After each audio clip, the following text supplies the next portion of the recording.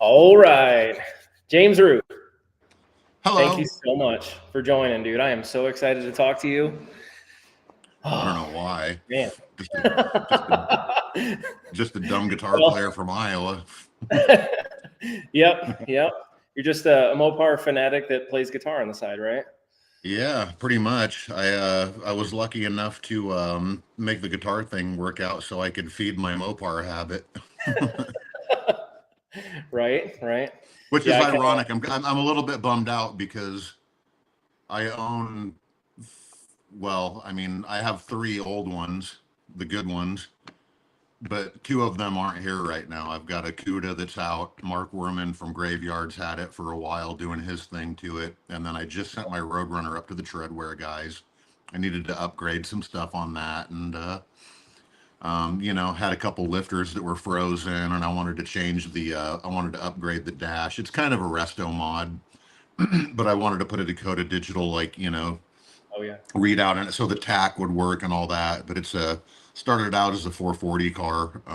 Well, it started out as a 383 car, but it's got a 68 440 block in it from a truck. But now it's a 541 stroker, and working with Holly, and Holly sent me a Sniper 2 to put in there to upgrade it from the fast fuel injection that it had. So I did a Tremec 5 speed in it.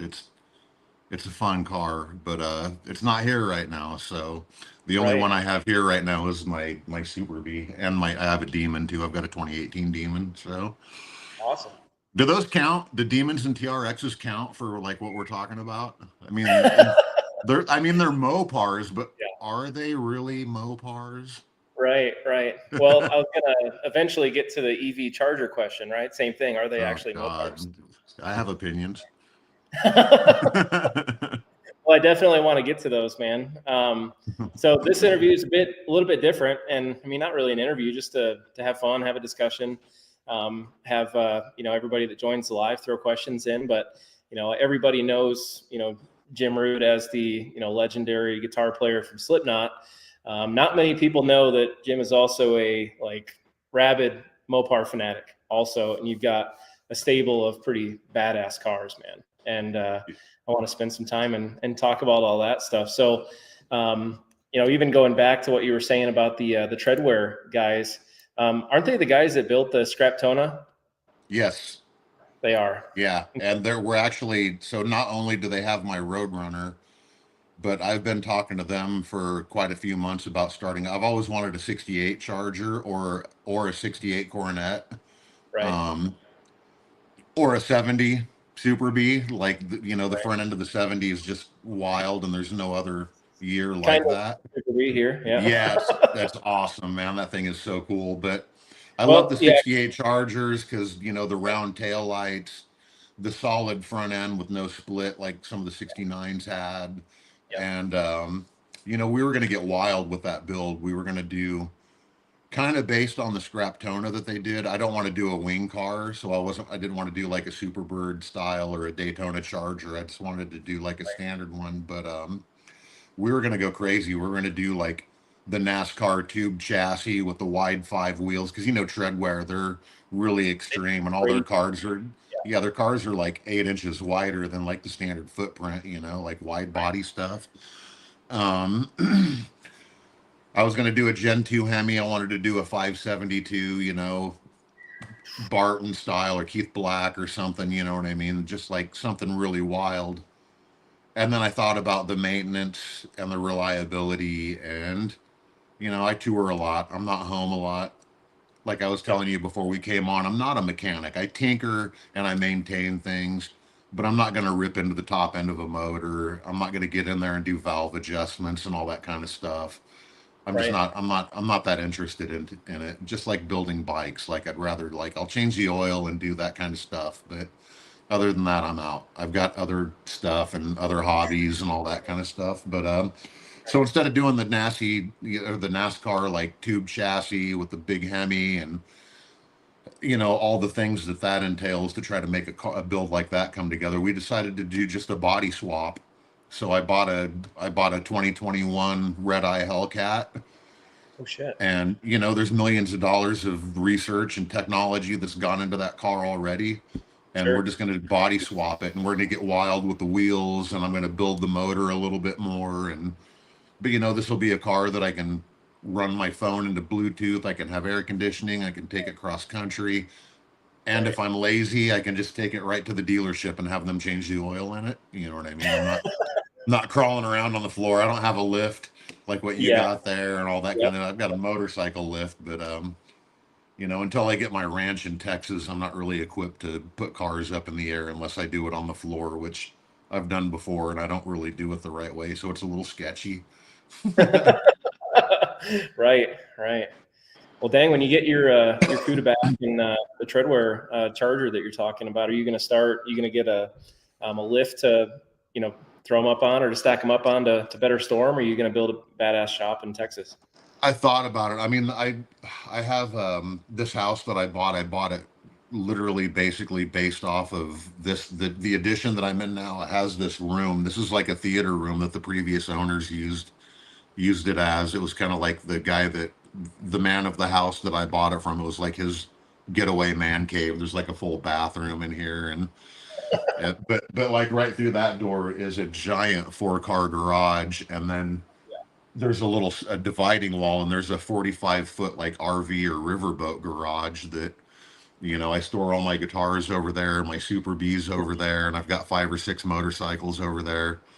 And then like the cars that I drive are over here, along with the house also has 3-car garage attached to it, so daily drivers and stuff like that are over there, and cars that I play around with. And then I've got a motorcycle lift in there because I'm building an FXR in there, Harley. So I do tinker a little bit, and I bought a mechanic set of tools, snap on from a Harley mechanic that went from being a mechanic to being a salesman at the shop, so he didn't need them anymore. And I was like, I'll take that. I need mechanics tools. Right. Right. Dang. But Awesome. yeah, I would like to. It's much like packing for a tour. The bigger suitcase you bring, the more crap you're going to throw into it. Oh yeah. And I found that out. I found that to be true with this house. Like when I bought this house, I had plenty of room for everything I had. Well, I've acquired a couple more cars and a few more motorcycles since then, so it's starting to get a little bit tight.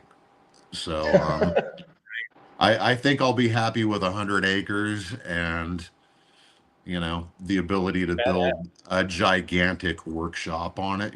Workshop slash garage, studio, all that kind of Mhm. stuff.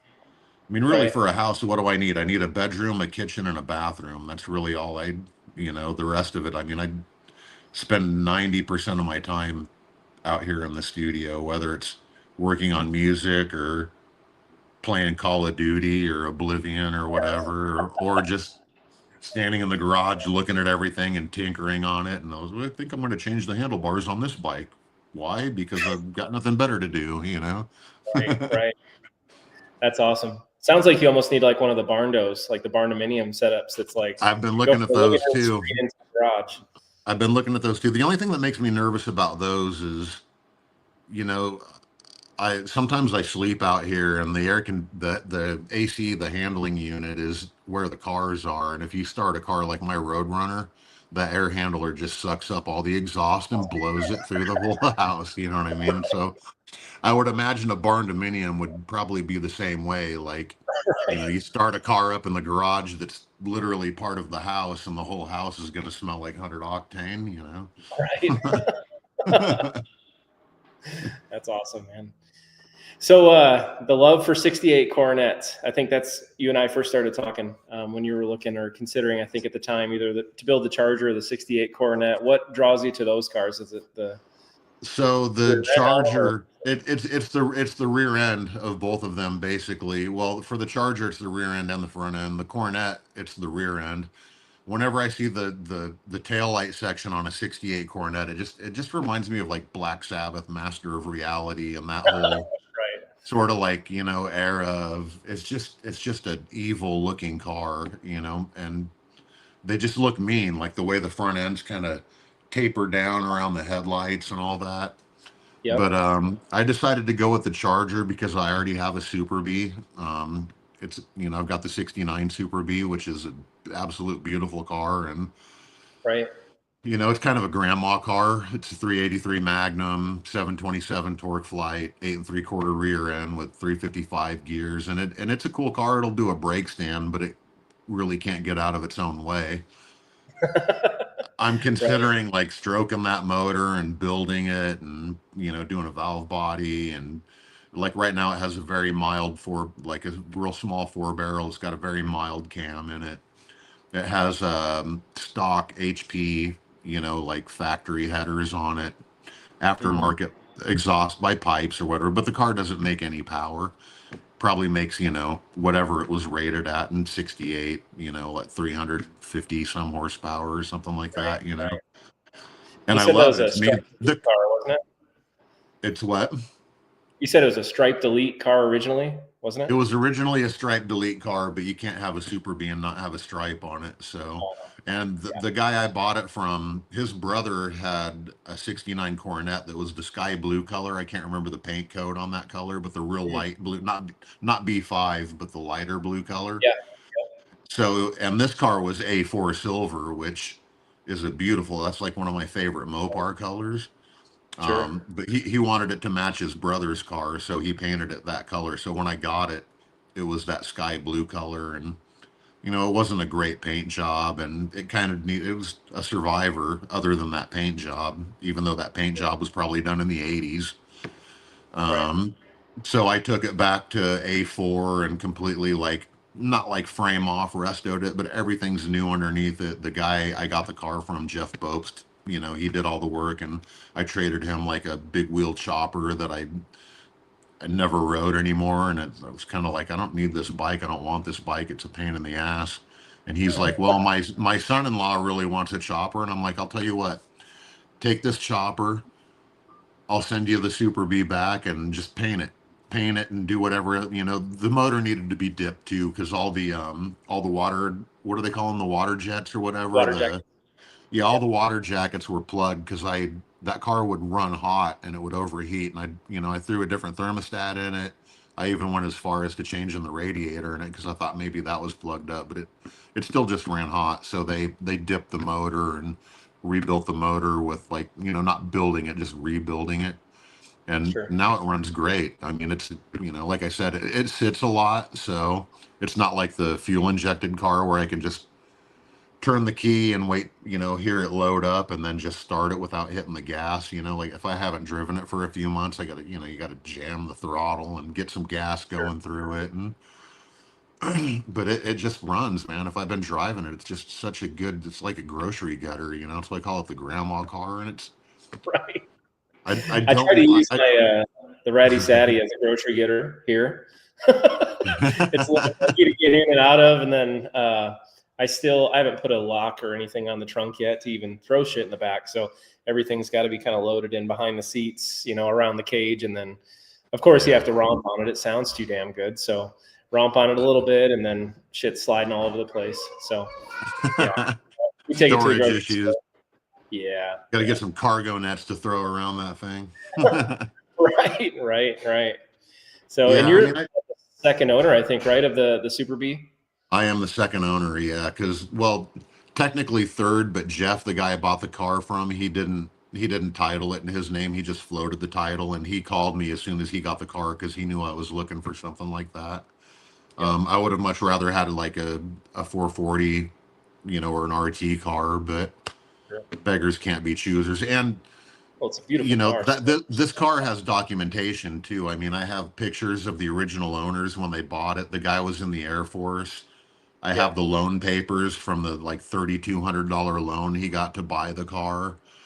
Um, and it's a picture of the car and its original paint and all that. It had different wheels and tires on it, but and it's also a California car, so there's no build sheet for it or anything like that. But it's just a real clean, good example of a proper numbers matching car. And to find a car in that setup, the A4 silver, the low buckets, it's a console car, the clock always works in it. It's, it's just right. Everything right is right about it. And the only way I could do that car or find one like that would be to like build the shit out of one that's a donor car and kind of clone it. You know what I mean? Yeah. But It's so the I, exact opposite of this, basically. So yeah, well, and that's the battle I have in my head. It's like, do I desecrate this relatively surviving car that is what it is, and everything the car is, with the exception of the stripe that I put on it, matches the fender tag.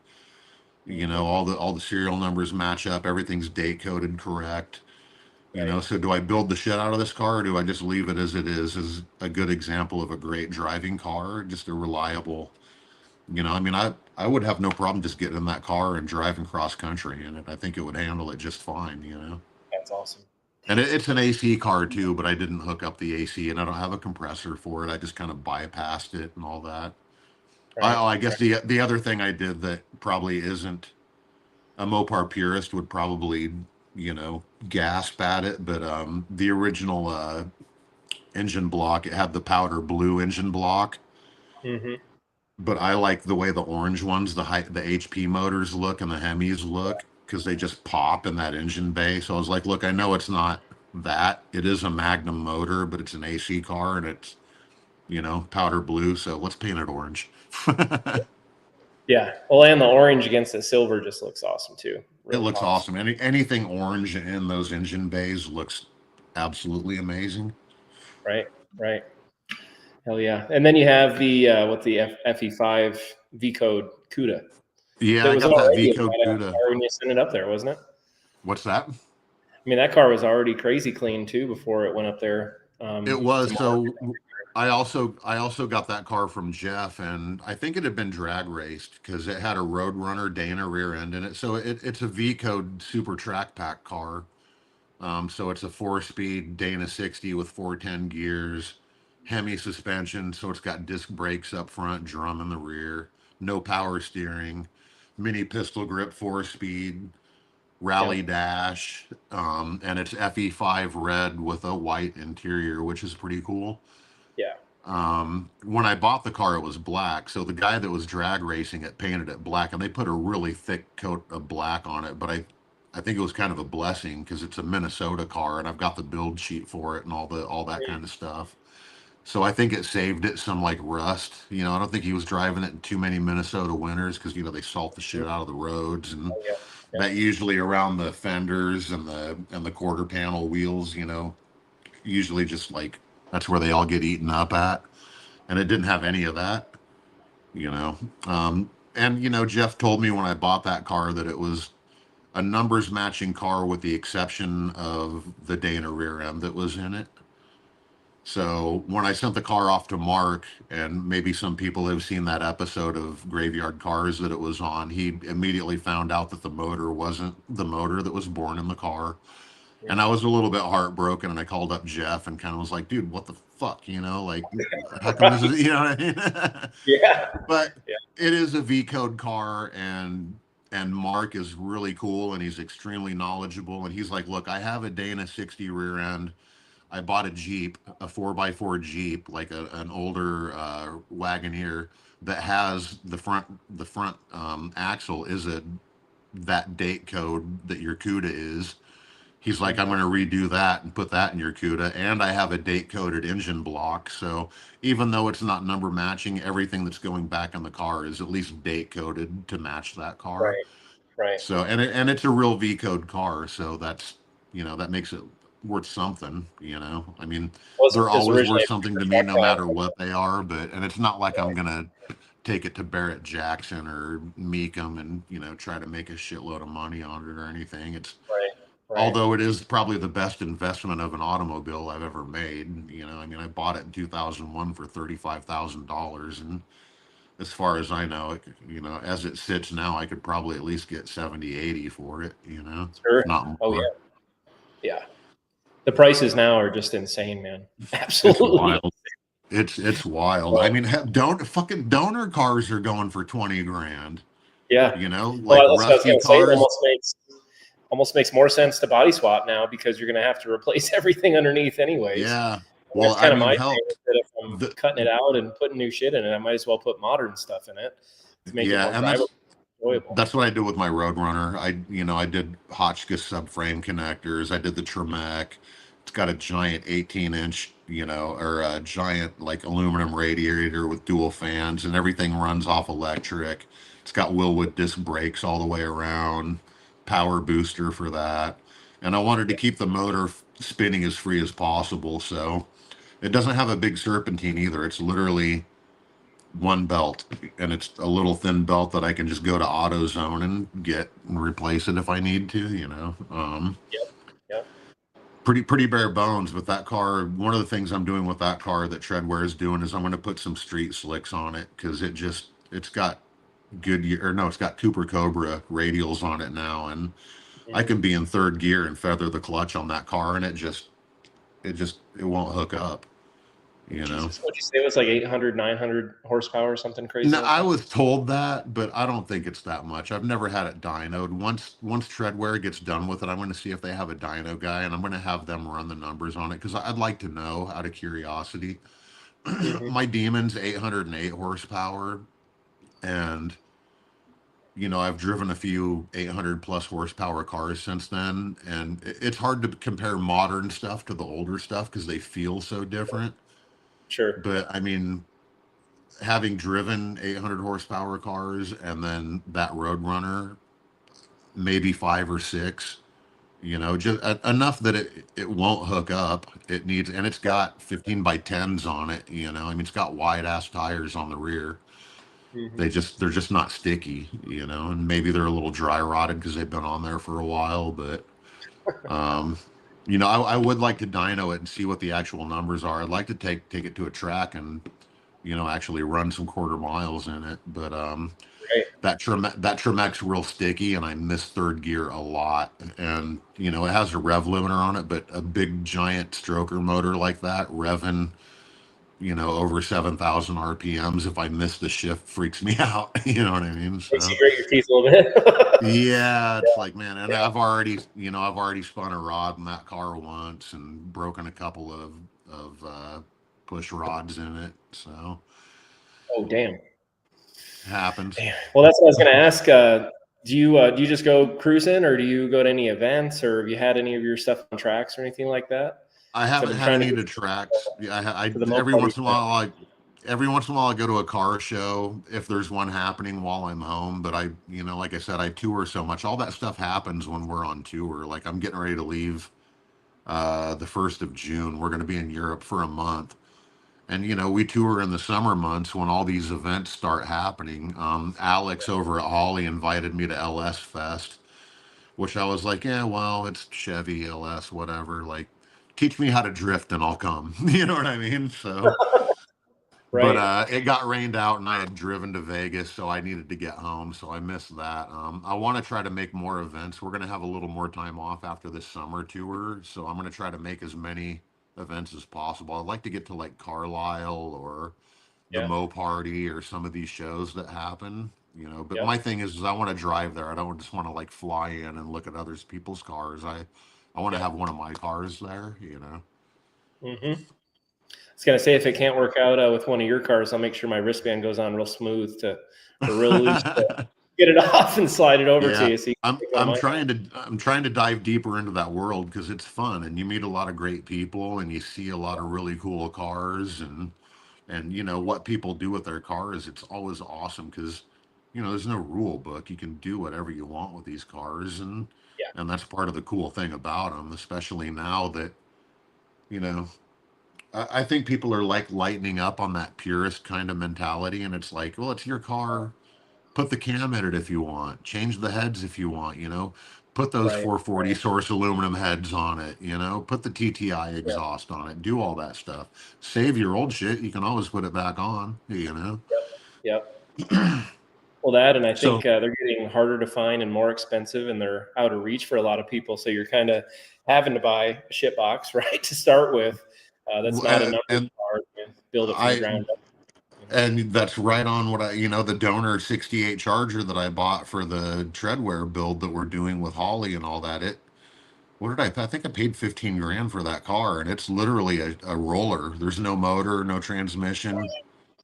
You know, Yeah. I think one of the quarter panels was missing. The door was off of it. It might not even have a passenger door. You know what I mean? So it's like, man, that's crazy. My very first car was a 72 340 Cuda, an automatic, and I bought that car for 1,200 bucks.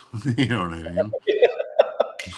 That's what I was going to ask. Where did your your love, your passion for Mopar specifically come from? Because I got bit, man. It's like I tell people it's like a sickness, dude. That I've had a bunch It of different brands and it stuff, but I is. look back and it's like, yeah, I It's just love it's definitely something that grabs a hold of you. So when I first realized I had a problem with it was high school. Um, the group of dudes I always hung out with were a few. I mean, I've always been really tall and looked older than than what I was at that time, and so I'd always hang out with the upperclassmen. So when I was in like ninth grade, I was hanging around 10th and 11th graders, and I was kind of like I didn't really fit into any group. Like if anything, like maybe the dirtbags or the stoners was kind of where I fit in, it. Right. and that lines up a little bit more with what Mopar people are. Mopar people are quirky. They're a little bit edgy. They're not like like the Chevy guys are like the football players and the and they're dating the cheerleaders and da da da da da. And that Right. definitely was not me. But Yeah. Kevin Miles, a friend of mine that was he actually teched for Mick in the band for a while, but he had a '70 Sublime 383 Roadrunner. Big tall pistol grip, air grabber. The Sublime, the really lime green one with the Oh, yeah. black on the hood. And I remember after school, we jumped in that car, and he's a total gearhead. Like he just built a dart. He's got a 440 dart that he built that runs low tens. So we're in high school. I think I'm like 15, 14 or 15 years old. I'm in the back seat of this Roadrunner, which immediately looking at this car, I was just like, holy shit. And then I get in the back seat of the car and he gets on a straightaway and he just starts slamming through the gears. And I'm literally like in the seat. And I've never experienced that, being pushed into the seat like that before. Right. And that was it. And then, there were other guys, Troy Lonsdale, he had a 69, an orange one that had a 440 with like dual quads, tunnel ram, B&M mega shifter, you know what I mean? And these cars are like, he's doing 150 miles an hour down Interstate 80, and the car is just going like this, and we're gonna die. That's what my head is like. We're going to die, but this is so much fun. I can't. And then talking to my parents about these cars when my dad was in the Air Force in Las Vegas. I was born on Nellis Air Force Base in Las Vegas, Yep. and one of the cars, my parents' family car at that time was a '69 A4 Roadrunner 4-speed, and they have pictures of it. It had the Steelies, silver, and I'm looking at that car and I'm like, wow, this is wild. This is like the same color as the Super Bee that I had no idea you guys had this car, and they went through all kinds of different cars, but they weren't Mopar specific. They had like a 911 Porsche, like a 63 911 Porsche, like basically a Volkswagen, the Mm-hmm. MGB cars like that. They had a Dodge Omni, just really Bunch kind of of like, yeah, just quirky, like different little cars throughout the years. And so I kind of get a little bit of the car and the music thing definitely from my parents. But what really sealed the deal was riding in that Roadrunner of Kevin's. It blew my mind. And there was another dude, Baron Sickler. He had a '70 Cuda that was just wild, man. You put a big block in those little coupe cars, those pony car Cudas, the e-bodies. They're just wild.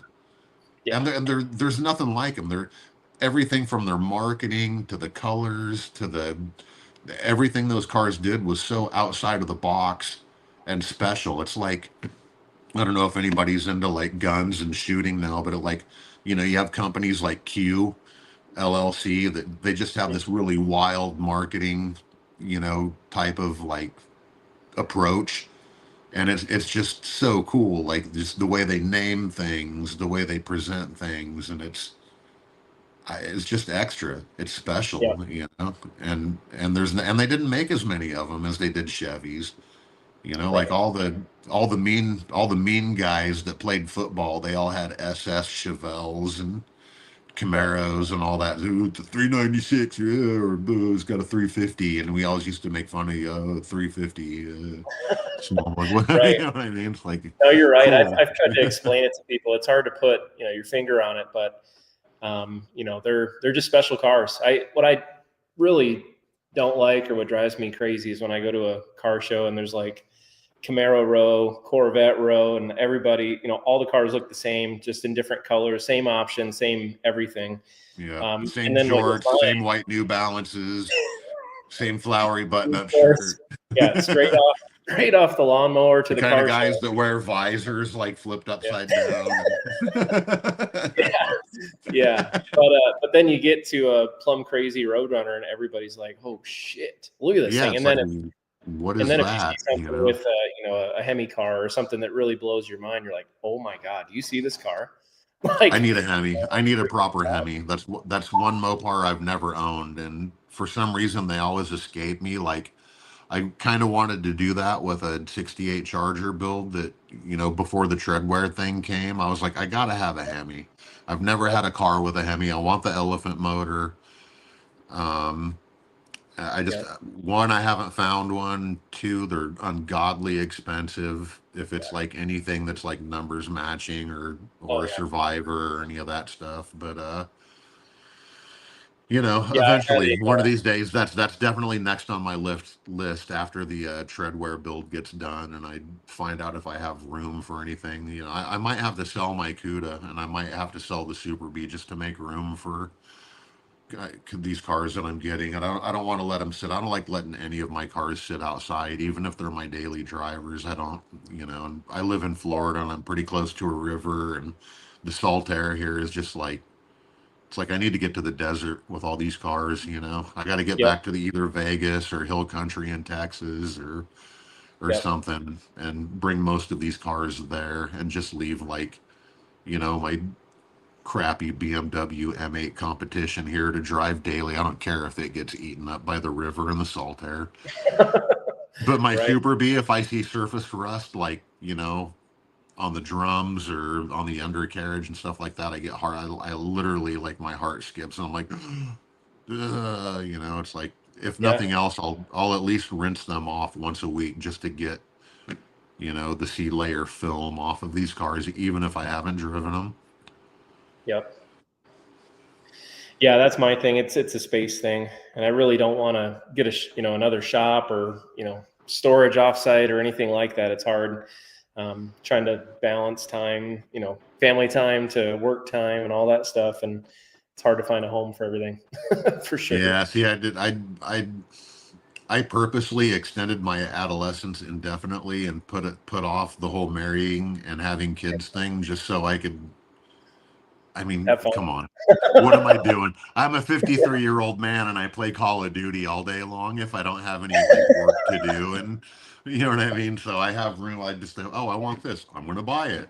I don't have to run Right. it by anybody. You know what I mean, type of Sure, thing. sure. So, Yep. So is the what is Hemi that? car What is the one that's still on your list?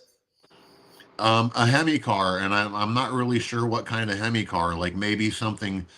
You know how like Jeff Kelderman just did the Joe Dirt car Yeah. type of Yeah. thing, but was Yeah. that was it Joe Dirt where he was talking about like he walks outside of the store and there's like the orange Hemi satellite sitting outside, Can't remember. like what, like 60, I think it's a 67. There's like a 67 Hemi satellite in that movie, I think. Hmm. I think I want an orange car that has a Hemi in it Yeah.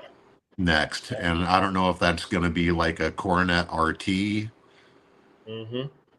or they didn't do a Hemi in the '70s, did they? The '70 RT Coronets, those were just 440s, weren't they? Honestly, man, I have no idea. And The only almost it time doesn't I really thought was matter because you can kind of do whatever you want, right, So maybe I'll right. just find a donor car of that year. Maybe that'll be the '68 Super B that I can find. I'll do a Hemi Super B, like clone car. Yep. See, now you're spending my money for me. Well, no, I was gonna say I know a metal guy that would love to help you out, and he can do it quick. Hey, I'm down. I tried hitting up a few guys. about helping me out with my Roadrunner, like hinting around to it. And I don't think they caught the hint, but I was like, the Roadrunner ended up at Treadwear out of convenience because we had already started working, and he kind of offered. He's like, I told him what I wanted to do to the Roadrunner. I needed to shackle the rear end anyways because it's got Hotchkiss leaf springs, and it drops the ass end of the car down an inch, and I don't love that stance. And also with the size of wheels I have, it rubs on the fenders a lot back there.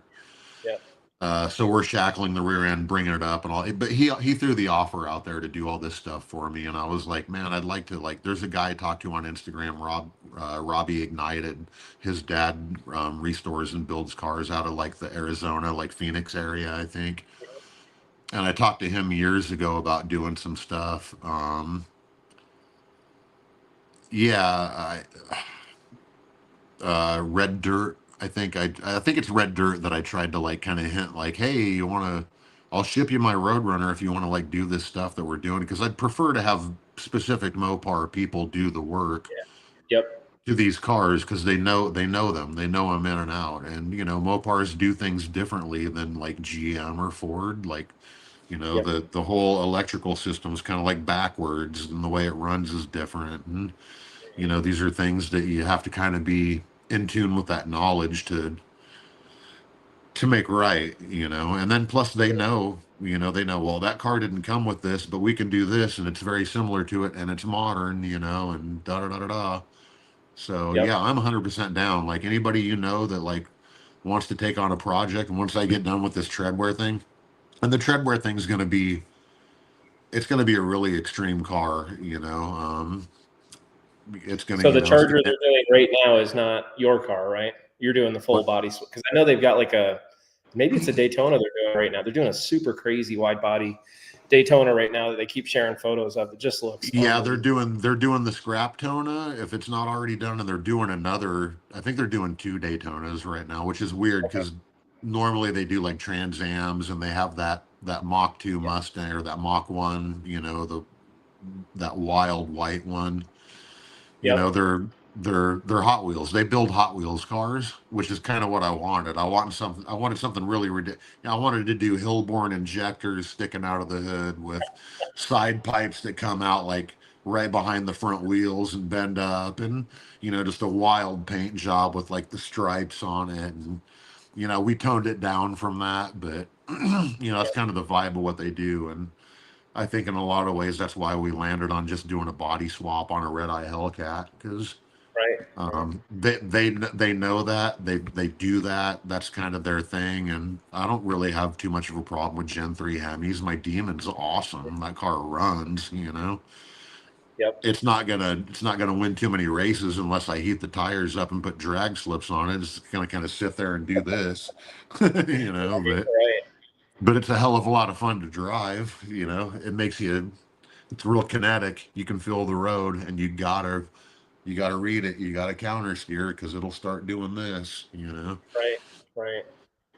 Yeah, this is my first experience with a Gen 3 Hemi with the Super B, and right now I've just got it fit up so that way I can set all the body panels and do all that stuff and get weight back in the car, and then What which got motor are you putting in it? so it's a 6.4 392 Hemi with a six Okay. speed Are you changing TRC. all the internals? Yeah, I'm going to be going through it quite a bit. It's got a full cam upgrade kit that I just got in here, stage 4 cam. So I know it's going to come back out at some point to get the whole forged setup and probably a stroker and all, nitrous and all Yeah. that crazy I mean, shit. if you're trying to get a lot of horsepower, the cast stuff is probably not going to do it for you. Yeah, there's definitely limitations to it, but man, it's honestly super easy to work on so far. Yeah. We're going to be doing a full teardown of it here and going through everything. But yeah, and it's kind of my first trial with all the Holly stuff, all the Terminator X, and it's getting digital dash, big dash in it. Yeah, I love all that stuff. Bunch of So cool. cool shit, and for Mo Party, because I mean to see what this car rolled in here as. And then 9 months later to have it at Mo Party, and I think it should be pretty damn competitive out That's there too. quick. You're going to move fast. You're working Yeah, fast. yeah, Yeah. yep, yep. And then it's a lot of wild shit too. Just with the '70s, there's so many one-off things having to turn like these 69 rear quarters into 70s. You got to shorten them 2 inches and add the front scallop and all that stuff that I did recently to the other side of the car. So that's been interesting to learn. But the car's coming out sweet. It's about 5 different colors right now. It looks awesome. I mean, yeah, I like this kind of stuff, but the way it looks, how it's like thrown together, like I would roll with it that way for a while. You know what I mean? I love that look because it's such that's a like, weird ass color originally. So it's a sand pebble beige car, and then it's also a post car, which they only made 25 in that color. And then it I was has a going to say, I burnt can see the post kind of behind you there. I was like, oh, it's a post car. Yeah, and then it's a burnt orange interior. So it's like full on creamsicle. Yeah, that's kind of So cool, man. That's like full on 70. You got to grow a big old 70s porno mustache and just, I get know the I've been big trying butterfly collars when you drive it. You know what I mean? Brown velour suit. Yep. Big giant like casino glasses. That's the vibe. Right. So no, I'd be afraid of that. I'd kind of be afraid of the Gen 3 Hemi stuff just because of all the electronics. Everything seems to be run off a computer and all that kind of stuff. And I don't know if you're going to bypass any of that stuff or lose a lot of that stuff, but just wiring. So what's interesting, is that so with this motor, it came out of a late model Challenger with the 6-speed, so it's already got the MDS delete in it already. So like all cool. Shutting down cylinders and all that stuff when you're driving. Yep. So that's a big part of it. And then also with the Holley kit, you have to delete the VVTI, the variable valve timing, which is basically just you take out the cam phaser and you put a little stopper in it and you don't plug it in, and essentially you don't have VVTI anymore. So it's actually really simple to hook up. And then also, the Holley stuff is just so well laid out and cut to length and perfect that, originally I was thinking like, man, I'm just going to drop it in stock and then do it. And I'm like, I can't do that. I was looking at the intake you have on it. It's got a Holley high ram on it, and it is, unfortunately, it doesn't clear the hood. Especially when I saw it. No. That's fortunately, because now you're going to be able to do something cool with the hood and show that thing off. You know what I mean? Either that or it's going to get a super stock hood scoop on it. I got you. Is that similar to like the lift-off hood I have on my Roadrunner with the big giant bulgy? Pretty close. I think so. Yep. Yeah. With like what I would do? What's that? I would get like the Dave Shooten style, like like those 70s cars they built for TV shows, and do the like plexi, you know what I mean? Like get like a yellow plexi bubble to go over it. Right. I know that's the thing. Like with the satellite, the Ratty Satty, it was so outrageous looking with the tunnel ram that it's like, what the fuck is that? It looks great though. With nitrous, all the lines, all the shit hanging off of it was like, what is this? And what's really crazy, so there's here in Ogden, Utah, there's the 25th Street Car Show, which is like several hundred cars, right? And there's $100,000 plus builds out there, right? And dude, we got so much freaking attention at that car show last year, and people are like, what is this? And that was before there was the nitrous bottle sticking out the back window and like all the wild shit. And we ended up winning People's Choice at that last year. Like of all the cars, out of 300, 400 cars that were there, to win that. And we ended up getting like a cooler and trophy, and the kids were freaking out. Right. And it was awesome. And again, that's like part of it is that they're special cars. There's only like 3 Mopars at the whole place. Yeah. Nothing looks as outrageous as that. And so many people look at it and like, dude, this thing looks like fun. Yeah. Well, and that's the other thing that draws me to Mopars is like, they just didn't make that many of them. They just, Camaros and Chevelles are all over the place. They're, obviously good for Chevy. They found a market and they had a product that sold very well. But, the fact that Mopars are so rare is a huge draw to me. I mean, you're going to see way more Chevys, whether it's a Chevelle or a Nova or a Camaro than you will even Pontiacs, Trans Ams, and things like that. You're just not going to see too many Cudas and Coronets and Super Bs and Daytona, especially the wing cars, and they're so over the top, the Super Birds and Yeah. all that. Yep. I'm Yep. kicking, speaking of Super Birds, I'm kicking myself. The guy that I got my Super B and my CUDA from about 15 years ago, he had a 70 Superbird V code. So it's just like my CUDA. It was FE5 red, Mhm. 4 speed, 410 Dana. And he's like, I have this car here. It needs a paint job. I'll sell it to you for 45,000. Oh my God, dude.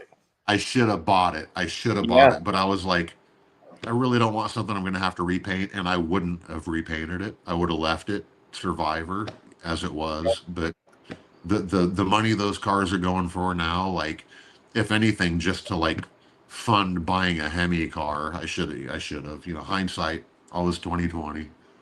Yep. Yep. I got to highlight a hilarious comment here. So. Yep. They do, and I don't know, Yeah. man. I mean, I get it. You like what you like, and the reason a lot of people probably like Camaros is because that's the first thing they saw, and that's the first experience they Yep. had, or that's what their dad had, or you know what I mean, type of thing. So, Yep. I Yep. get it, and they're American cars, so I'm not going to shit on any American cars. You know what I Sure. mean? Like, especially this day and age that with this all this craziness about going EV and all that kind of stuff.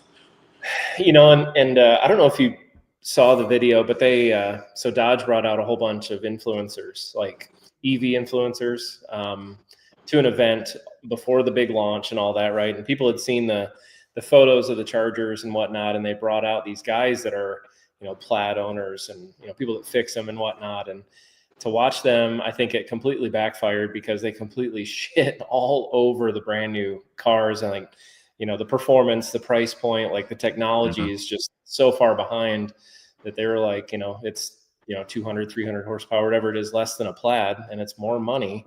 yeah, Why would I do this? And the and technologies and worse and the fake and sounds for and all for that. for me, it just didn't. It doesn't. Well, one, I'm internal combustion all the way. I don't care. The way they're making cars now so efficient and the emissions so low, and I'm a little bit of a conspiracy theorist when it comes to the whole like fossil fuel thing, but Mhm.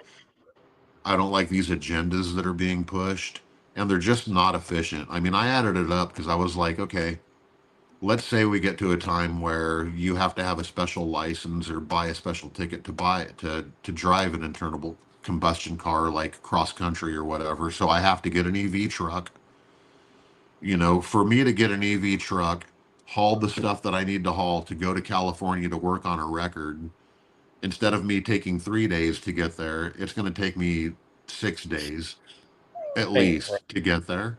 You know what I mean? Yep. And I'm like, this is not efficient at all. And most electrical grids still do not support these vehicles, Oh and, yeah. and it's just like, you see, I mean, they've been pushing solar ever since I was a kid, and then they went away from it. And it's, in those 30 plus years, they still haven't been able to make it efficient enough to store the energy to make it worth it.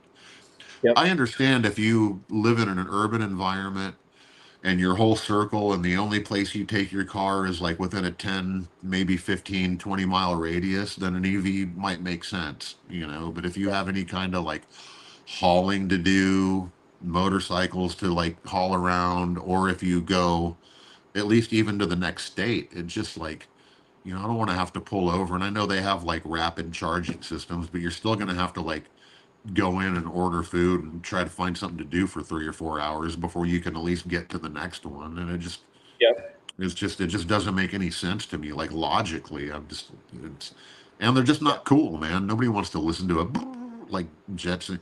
If it's gonna sound like a Jetsons car, it better fucking fly. You know what I mean? Right. Right. I know just the fake engine sounds and all of it's just like corny to me. My I don't. my buddy Brian up in Iowa said that he heard one of the Chargers and he said it actually sounded pretty good, like for it being like a recorded, like kind of like fake sound. I've Yeah. never heard one. I've never even seen one of those cars in person. I will Hmm. say this though, I do love the lines on that Charger. It is a good looking car because it looks like a Mopar. It almost looks like a concept Charger that they would have made, you know, in the Yeah. late 60s, early 70s. So I think they got that right. They just really missed the boat with the EV thing. And I follow Mopar on Instagram and I go through the comment. I'm here for the comments, man. I read the comments and it was very rare for me to see a comment that was like, yeah, bring on the EV. This is going to be great. Like literally 95% of the comments are like, bring the V8, bring the Hellcat motor back, bring the 392 back. Don't, like, what do you do? And if they're not going to listen to their customer base, they're going to have to do what they're doing right now, which is basically scrapping that project and bringing all Yeah. these motors back.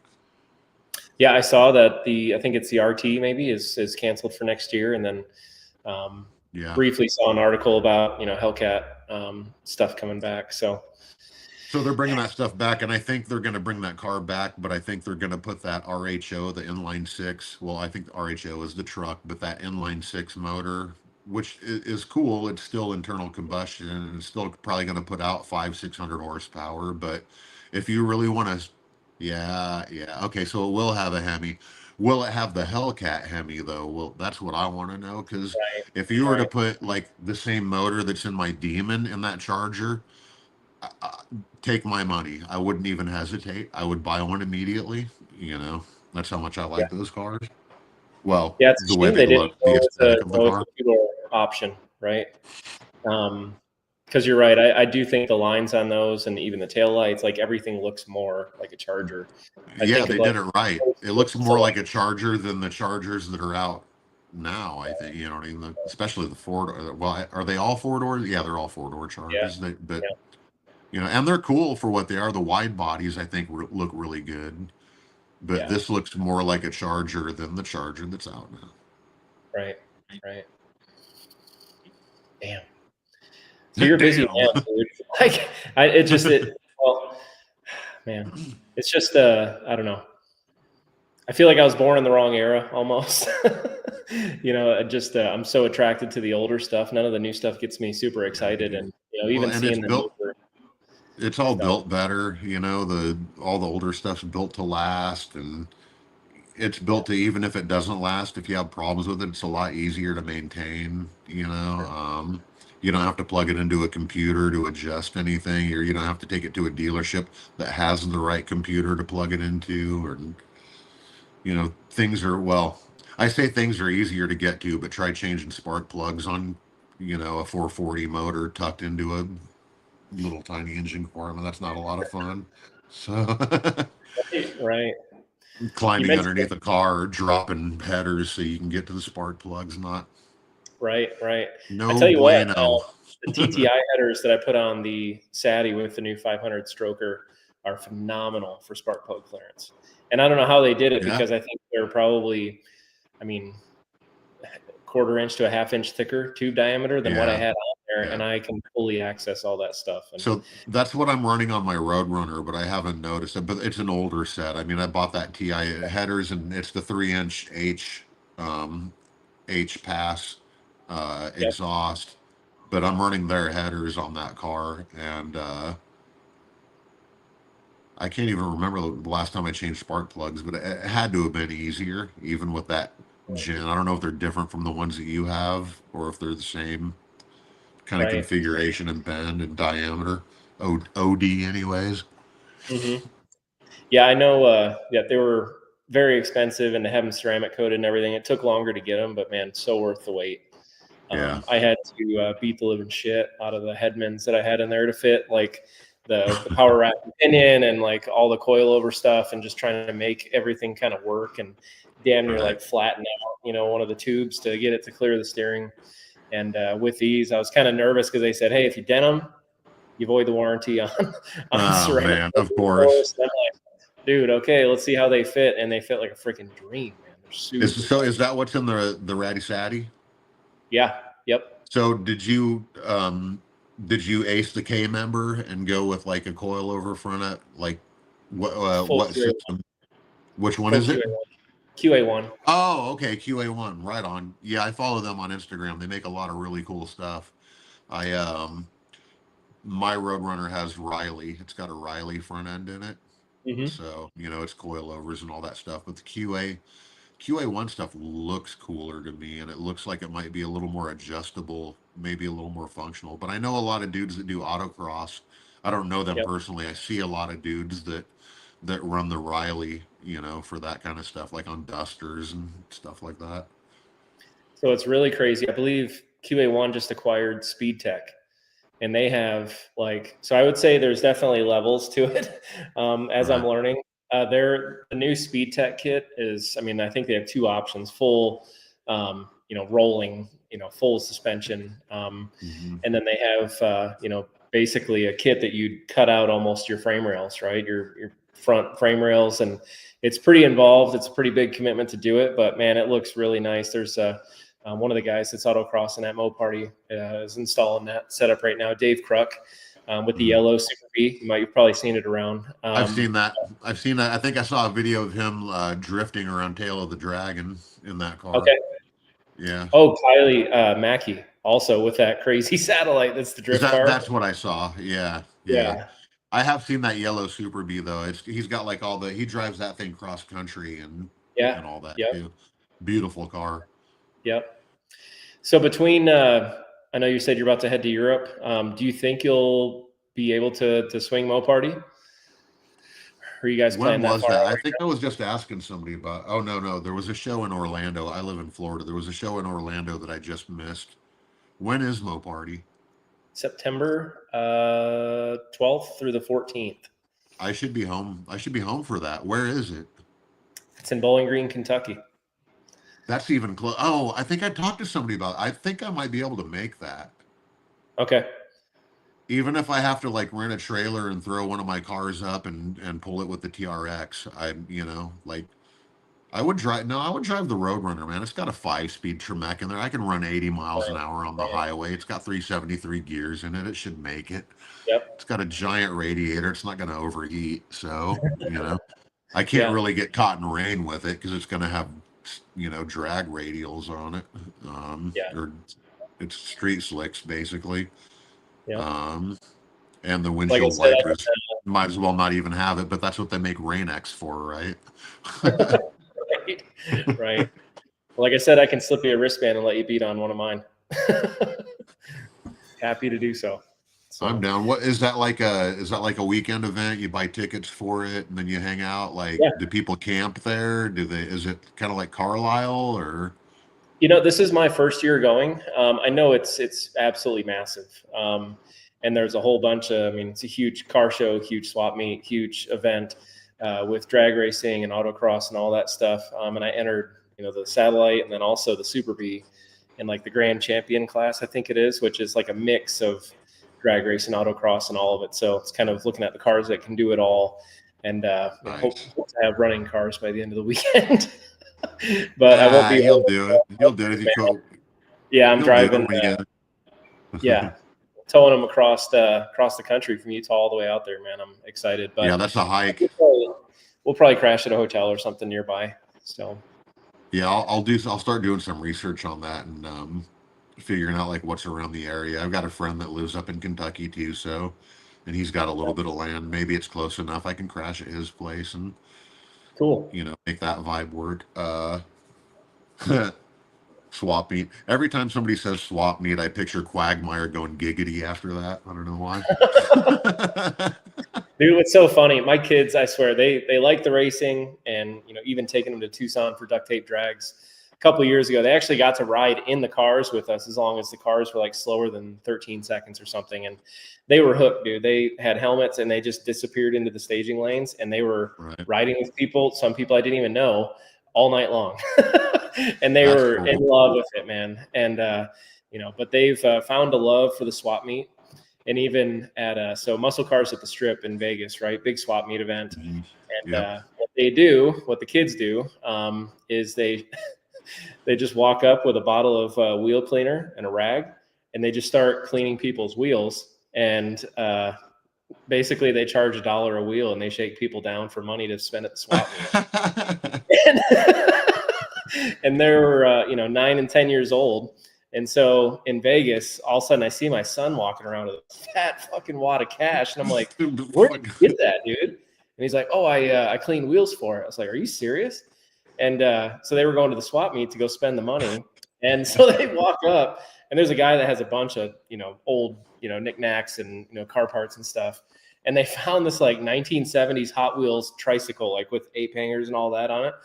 And they're like, how much for it? And the guy's like, $80. And they're like, how about 30? And he's like, all right, fine, I'll do it. And so right. they end up coming back with this tricycle with a bunch of just random shit. Yeah, man, they're hustling, man. That's good. That's good. That's thinking outside the box, man. They're gonna do good. Right. They're gonna do well. Yeah, it's turned into driveway art here. So, but it's a good time, man.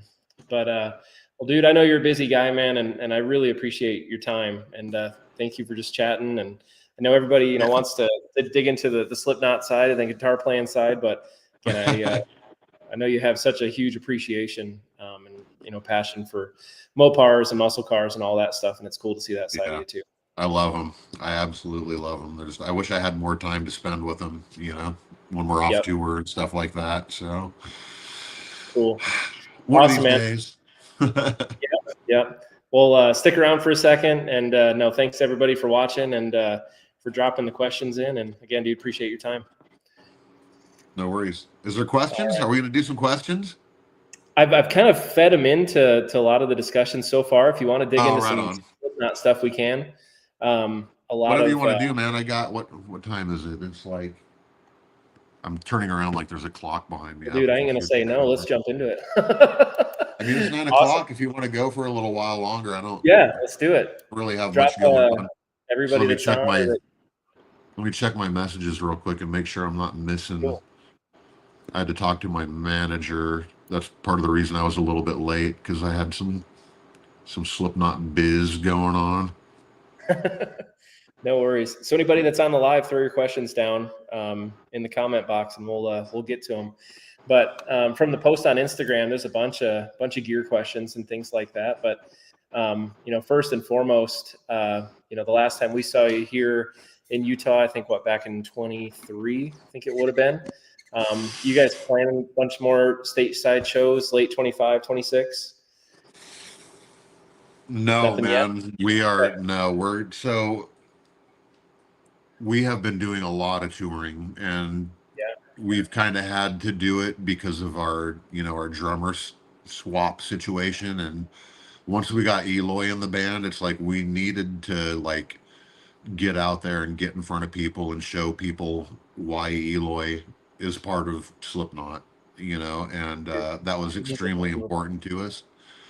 But honestly, now that Eloy's in the band, we need to write a record, and it's really hard for me personally to be creative when you have a tour looming over your shoulder. I need to know that I've got some time off so that I can this is my desk, behind here I've got my reference monitors and the computer I record on, and I need time just to sit here and come up with ideas and layer and make arrangements that I can send off to Corey and Clown and all that stuff. So after this European run, I told our manager, I'm stop booking tours, dude. Stop it. I get it. There's always, it's Slipknot, so there's always offers coming in. There's always, and it's hard to say no, because there's guys in the band that in some ways, we always love playing shows, love playing live shows, but there's some guys in the band that, that some of the newer guys that, they need the money because they're family guys and they have families and they're hired members of the band, and we don't want to have them go back to work when we get off tour. We want to be able to make enough money that we can still pay them so that we can work on music and get them out to, the studio that Clown likes to use and and just be creative and work. And you can't do that unless you have revenue to do that. So, but I kind of put my foot down. I was like, we need to stop, man. We just need to stop because I want to write a record, and we owe it to Eloy to write a record. We need to get Eloy in a room and start jamming and getting creative and, get all the rest of the guys in the band and start riffing out and then building them into songs. Plus, I need the time for myself just to sit here at this desk and be creative. Yep.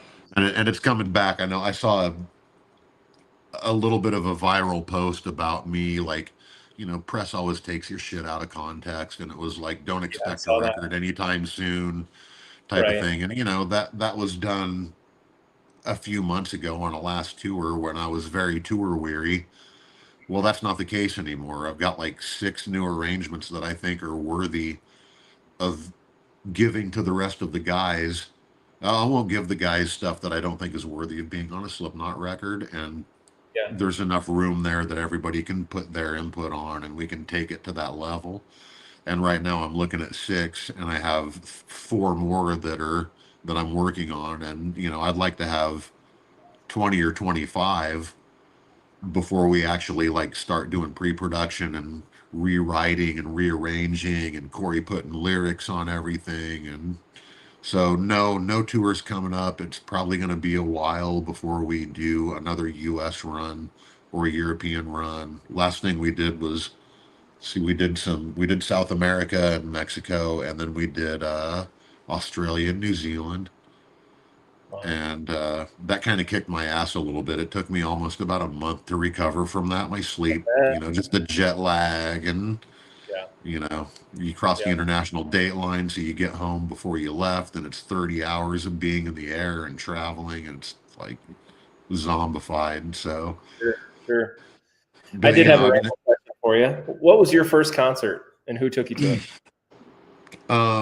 my first concert, my parents took to me to so many concerts. It's really hard for me to remember all of them because they started taking me to concerts at a very young age. They would take me to like the Iowa Jam, and I remember seeing bands like, seeing like Ted Nugent and Aerosmith and Boston and all the bands in the like mid '70s, mid late '70s that were out touring. Yeah. I probably saw Aerosmith 30 times with my parents. ZZ Top was a big one. I Right. saw Right. ZZ Top probably, but they toured for so long on the Eliminator tour. I think they came through Iowa 3 times on that tour. Right. Um, a cool show I saw. I don't think it was my first one, but I saw Loverboy with Donnie Iris opening up for him. So let me think. I'm going to go to like concerts that I was able to go to by myself. I'm going to consider that first because the first concert I went to, I think I was 14, and it was Megadeth opening up for Alice Cooper at Vets Auditorium, and it was the Peace Sells album cycle for Megadeth, and I didn't really care about Alice Cooper. I was there to see Megadeth. So, Yeah. and that was the original Megadeth lineup.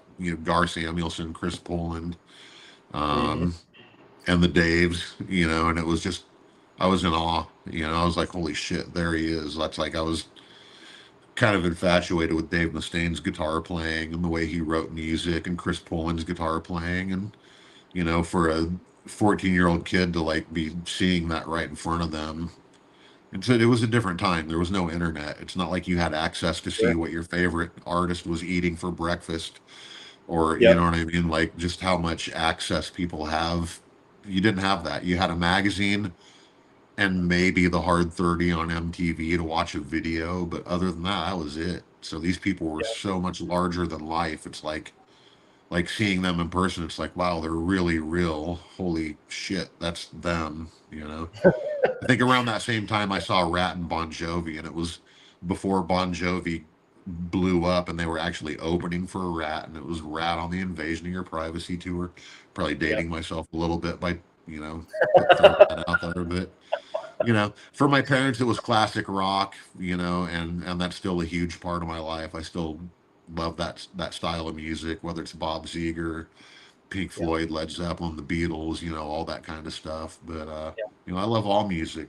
On my little road trip I just did, I had everything from The Cure to Eminem to The Haunted popping up in my playlist. So That's awesome. My parents took me to see Kiss. Was my first one on their very first farewell tour in '96.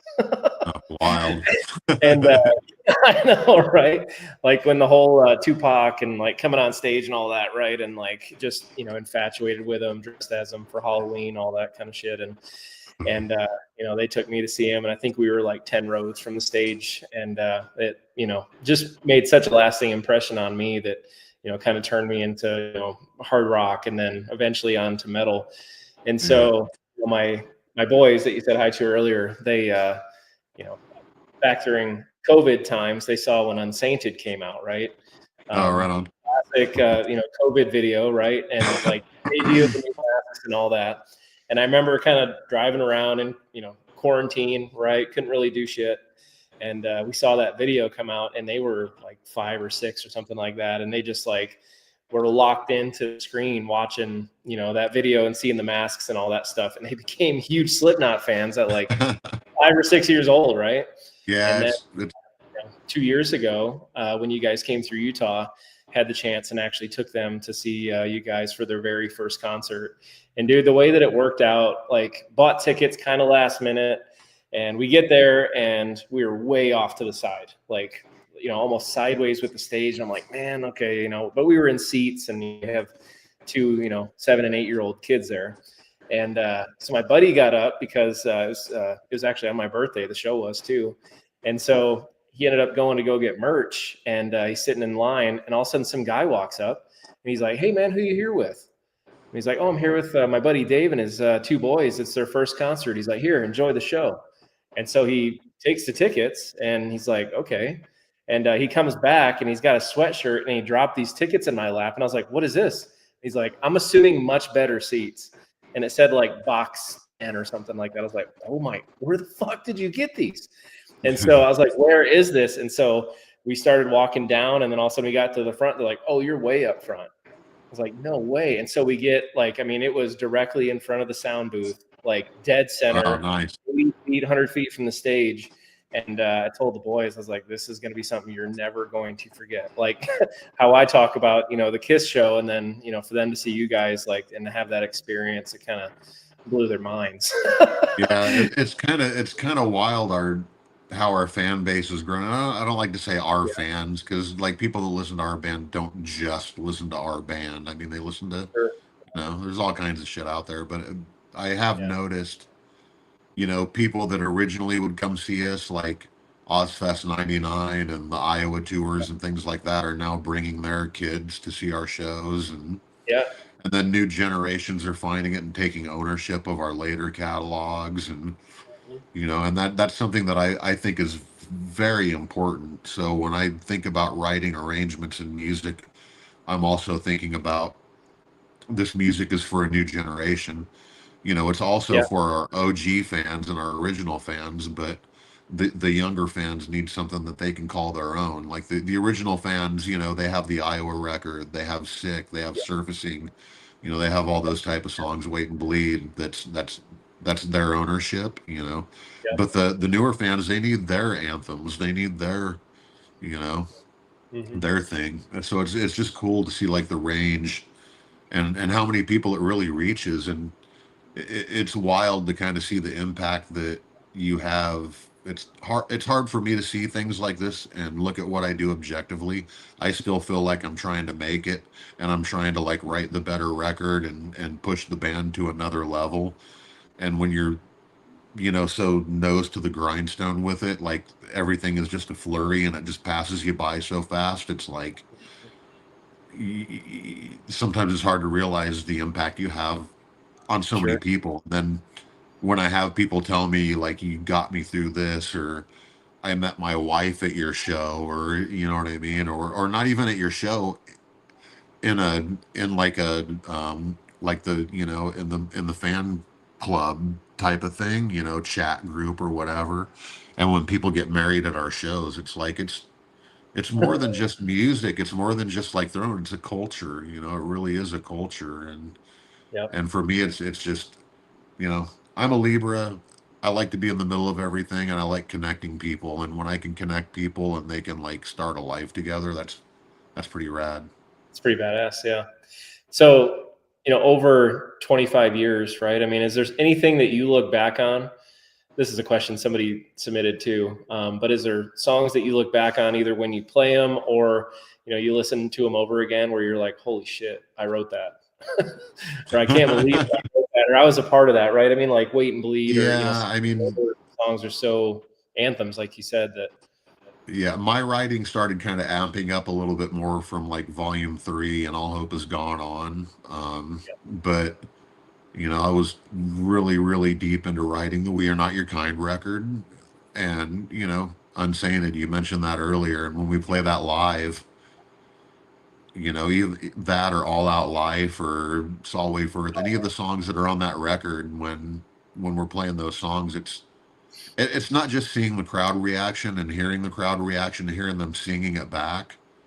yeah, It's how that started as a demo and what it sounded like, when I was sitting in this chair writing it, and then the process of working on it through the pre-production phase and then the studio and being really involved with the producer and sitting behind the controls and actually like throwing ideas off of everybody and then what it grows into and actually evolves into. yeah.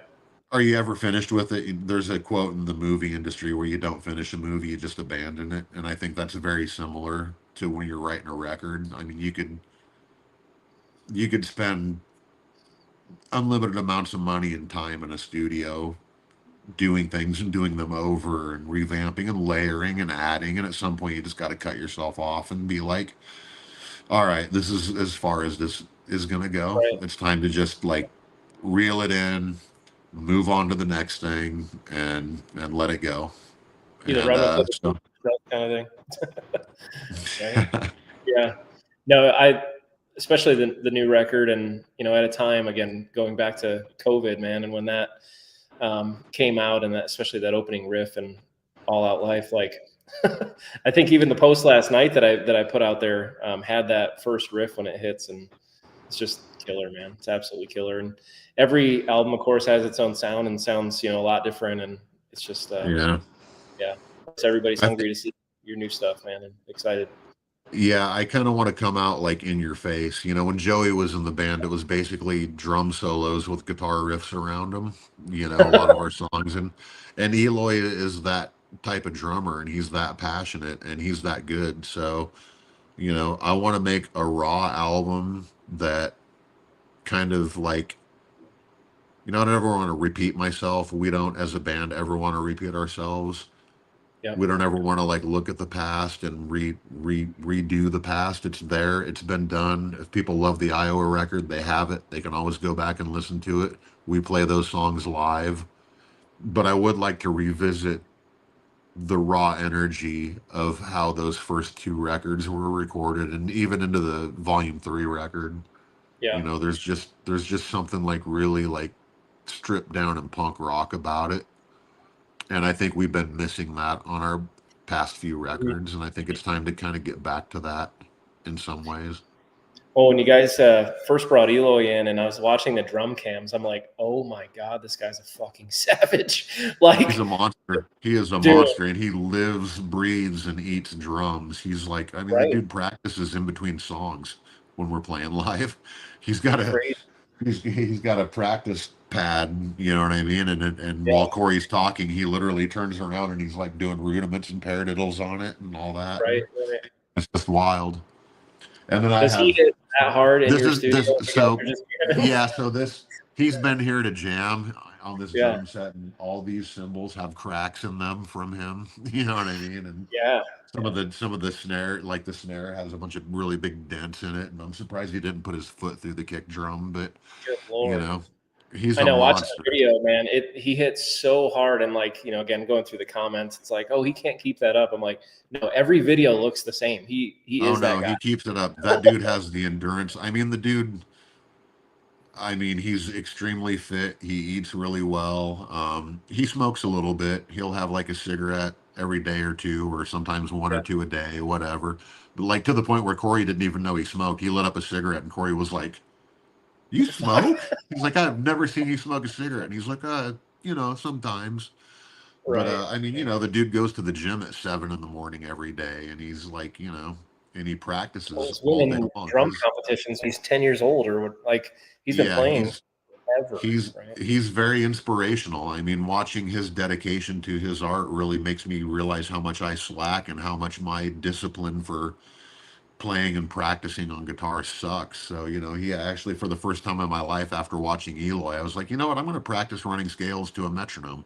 I've never done that before, so Right. it's Right. infectious, that stuff is Oh really yeah. infectious.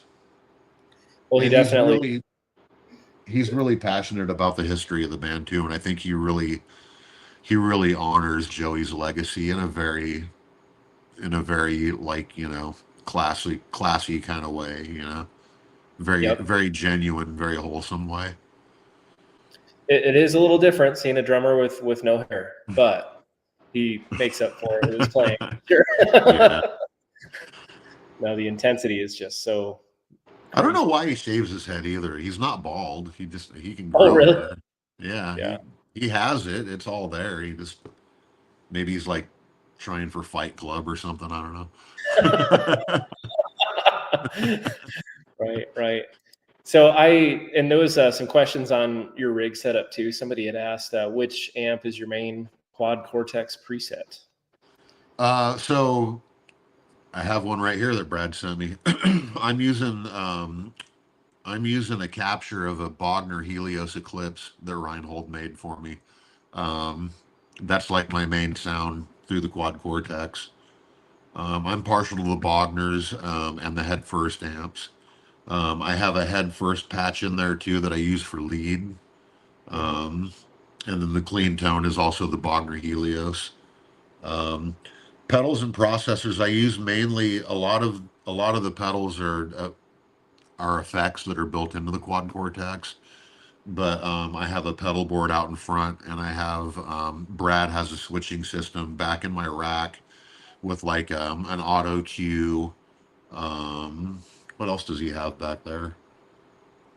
I think there's like a phaser and a chorus back there, but then we run a satellite pedal board out front that has a Jimi Hendrix wah on it that's separate from my custom shop custom shop Dunlop wah that has the rack mount.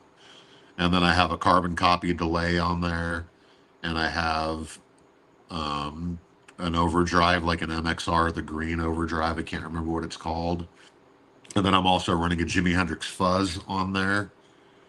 Um, what else is on? Oh, and a Pog. I have a Pog on there too, just to get weird with, just so I can play Right. around, out there with like when we play songs like Iowa, it's kind of like ad lib, so you can kind of like, you're free to kind of explore the room, so to speak. Right. Right. Right. Here's another question that came in. I don't know what you can release or what you can say, but is there a single coming out soon? Or are you guys still writing? Um, You mentioned you have a couple so working. so yeah, earlier I said I've got like 6 finished arrangements that so far nobody else has heard yet. They're about ready to go to Clown and Corey, and then filter out into the rest of the band. I would really like to release something before we start working on a record because it's going to take us. I think we need to be able to take our time to write and do pre-production, and that's going to take a while. So I would like to get something out sooner to kind of satisfy.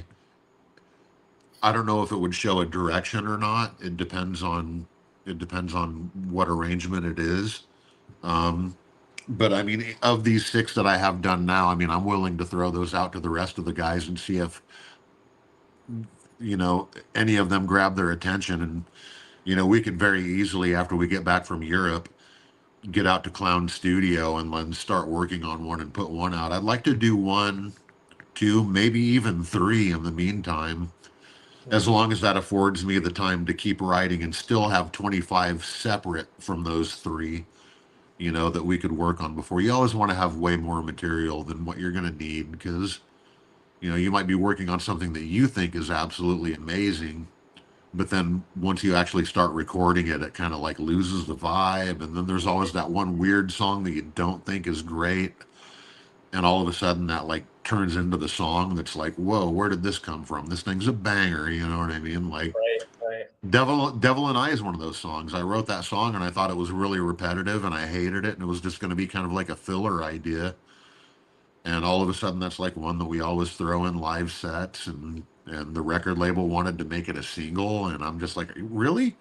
I'm like, it's almost like the same 2 riffs over and over again. It's like kind of like Like I literally, as long as it took to play that song is as long as it took me to write the arrangement for it. So Right. I don't know, things surprise you. So yeah, it would be cool to throw something out there, Oh, yeah. as a sort of a single or whatever or a EP. Yep. Another question here. Any plans for a Jackson signature guitar? I would love to do a Jackson signature guitar. Metal Joe Williams built me a DK Soloist, a kind of a vanilla shake white one that I played.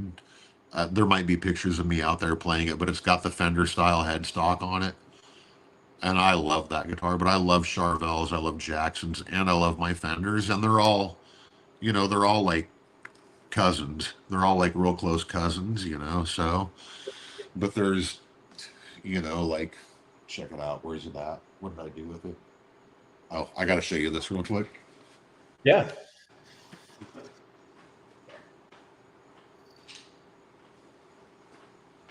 I got this. I got this from Bizarre Guitars in Reno. Oh yeah. And I watch his videos every single day, man. yeah, so this was one that Bizarre Guitars at Reno had, and this is very similar to that Metal Joe Williams guitar. And it's a Jackson. Where's the Yeah. lens? Brr. And I love the Jacksons with the Fender headstocks. If I did a Jackson signature model and they wouldn't let me do a Fender headstock, then it would have to be a reverse hockey stick headstock, Yeah. which and I've been getting weird on these too. Hold Yeah. on.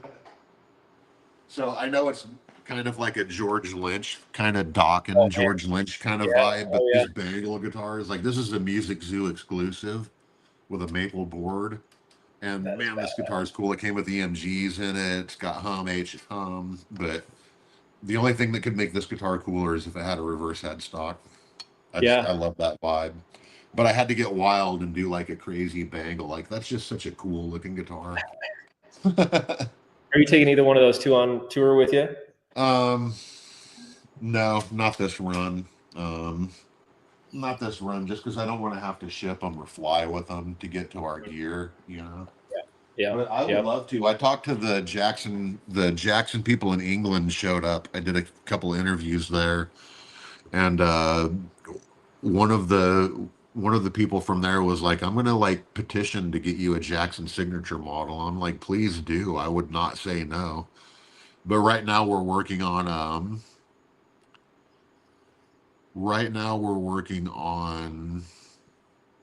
a version 2 of my Strat. Andy Hicks over at Fender is building that right now, so it's like kind of like an upgraded sort of vibe with that. And I'm also working on an upgraded Charvel with Mike, and I'm not sure if Red Dave's going to build that or Metal Joe or one of those guys over there. And then I've also been, and I don't know if I'm supposed to talk about this, but Wild West Guitars has a series of guitars called White Lightnings that are basically custom shop Fenders with like two-tone. They're relics. And Ian, the guy that owns Wild West Guitars, like we're pretty good friends, and we like, wheel and deal with guitars all the time. And he was able to convince the custom shop to let me design a White Lightning series with my specs. So it's not going to have all the specs that I would have because it has to maintain that White Lightning vibe. But yeah, I'm doing compound radius, my pickups, Lumelay, lumen lays on the top. Just the things that I would want on a guitar that I would play live. That Yep. makes it easy on Brad to work on and stuff like that. So there's a lot of cool stuff in the pipeline. But having a having a Jackson signature model would be rad. And then I had to get one of these too. This little Oh man. Charvel production, limited Yeah. edition production model. I've been tripping out on the relics lately, Oh and yeah. the bagels. The Bengals killer though. So I'm not sure if this guy asked the same question on Instagram, but somebody same question along these lines. But a song that you personally like to play live, or maybe that specifically things that you guys haven't played yet or played in a while. um, huh. Hold on, I'm having a total brain fart right now. I don't know why. I mean, I just gotta. I'm gonna use my cheat sheet here real quick. You guys have only written a couple So songs. It shouldn't be too bad. yeah, right. The where's my set list? I have a set list playlist that oh God, why am I? This is ridiculous. There's no reason why I should be brain farting out on this. A little overexcited about it, maybe. Yeah. Let's see here. I I'm know gonna a lot pull of up our questions set. in here about what's I'm your just current pulling set? up our set list. My current what set list? Yeah, that's what people are asking. They want to know that I can't tell anybody the set I list for know. the Yeah. European tours. I mean, I can, but oh, No, don't do that's what I was going to say. So going back to that song, Svenja, I'm that. going to say Gematria because that is a song that until Eloy joined the band, we never played that song except for when we tracked it in the studio, and we didn't even track it together as a full band. It was kind of pieced together in the studio. And then we started playing that song in Australia, and it was a little shaky at first, and it was a little bit like, ooh, because it's, a little bit of an intense song, pretty long song, but it has solos in it. Mick and I get solos in it, and it's like, it's just fresh, even though it's off an older record. It's fun to play stuff that we haven't done that. So Gematria, like right now, is definitely 100% at the top of that list. Mm-hmm. Yeah. This is another funny one here. Ever forget the way a song goes or a certain part of a song goes? Yeah. Yeah, I've done that before. Ad-lib as you go There's been sometimes. songs, there's been songs like we'll be at pre-production or rehearsal and somebody will play or somebody will be like, "Okay, we're doing duality next." And I'll be like, "How's that start? Which one is that? How's that go?" And then but Right. then like muscle memory kicks in as soon as it counts off, and then luckily I don't start that song, so but that Yep. happens quite a lot. As a matter of fact, I made a playlist of our set list for the European tour coming up. So I got to sit down and start running through those just to freshen them up because I think we only have like one rehearsal before we start the European tour. So, but yeah, I forget. We got a lot of songs now. It's hard to remember everything and keep them fresh. Oh, I bet. I bet. Yeah, you guys have a jam-packed European tour. All the festival seasons coming up. Rock and Ring. Yeah, yeah, it's gonna be brutal. Yeah. In less than 2 weeks, you're kicking it off too in Sweden. That's awesome. I haven't even looked at my itinerary, my schedule. Oh, really? Yeah, I was like, I wasn't even 100% sure when I was going to be like when I had to go to the airport. So I need to start thinking about it because I'm going to have to start packing and thinking about what I'm going to take. And, it would be nice to take one of these guitars, but I don't want to create a bunch of extra work for Brad because the ones with EMGs in them I could probably use, but the ones that don't have EMGs, he'd have to swap them out and put my pickups in them. And he's down for it. He's always cool with all that, but. I don't. I've seen the way airlines throw guitar cases around, and not cool. Yeah, they don't give a shit. Yeah, they really don't. Yeah. Does pineapple belong on pizza? I don't hate it. I'm not hating on it.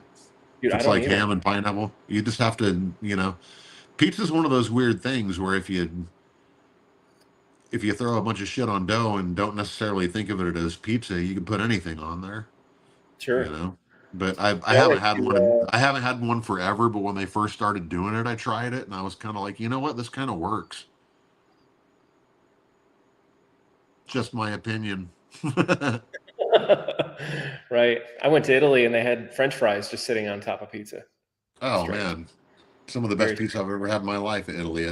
But you can't Oh, yeah. compare like a Napoli style pizza to like a regular pizza. It's just a whole different thing.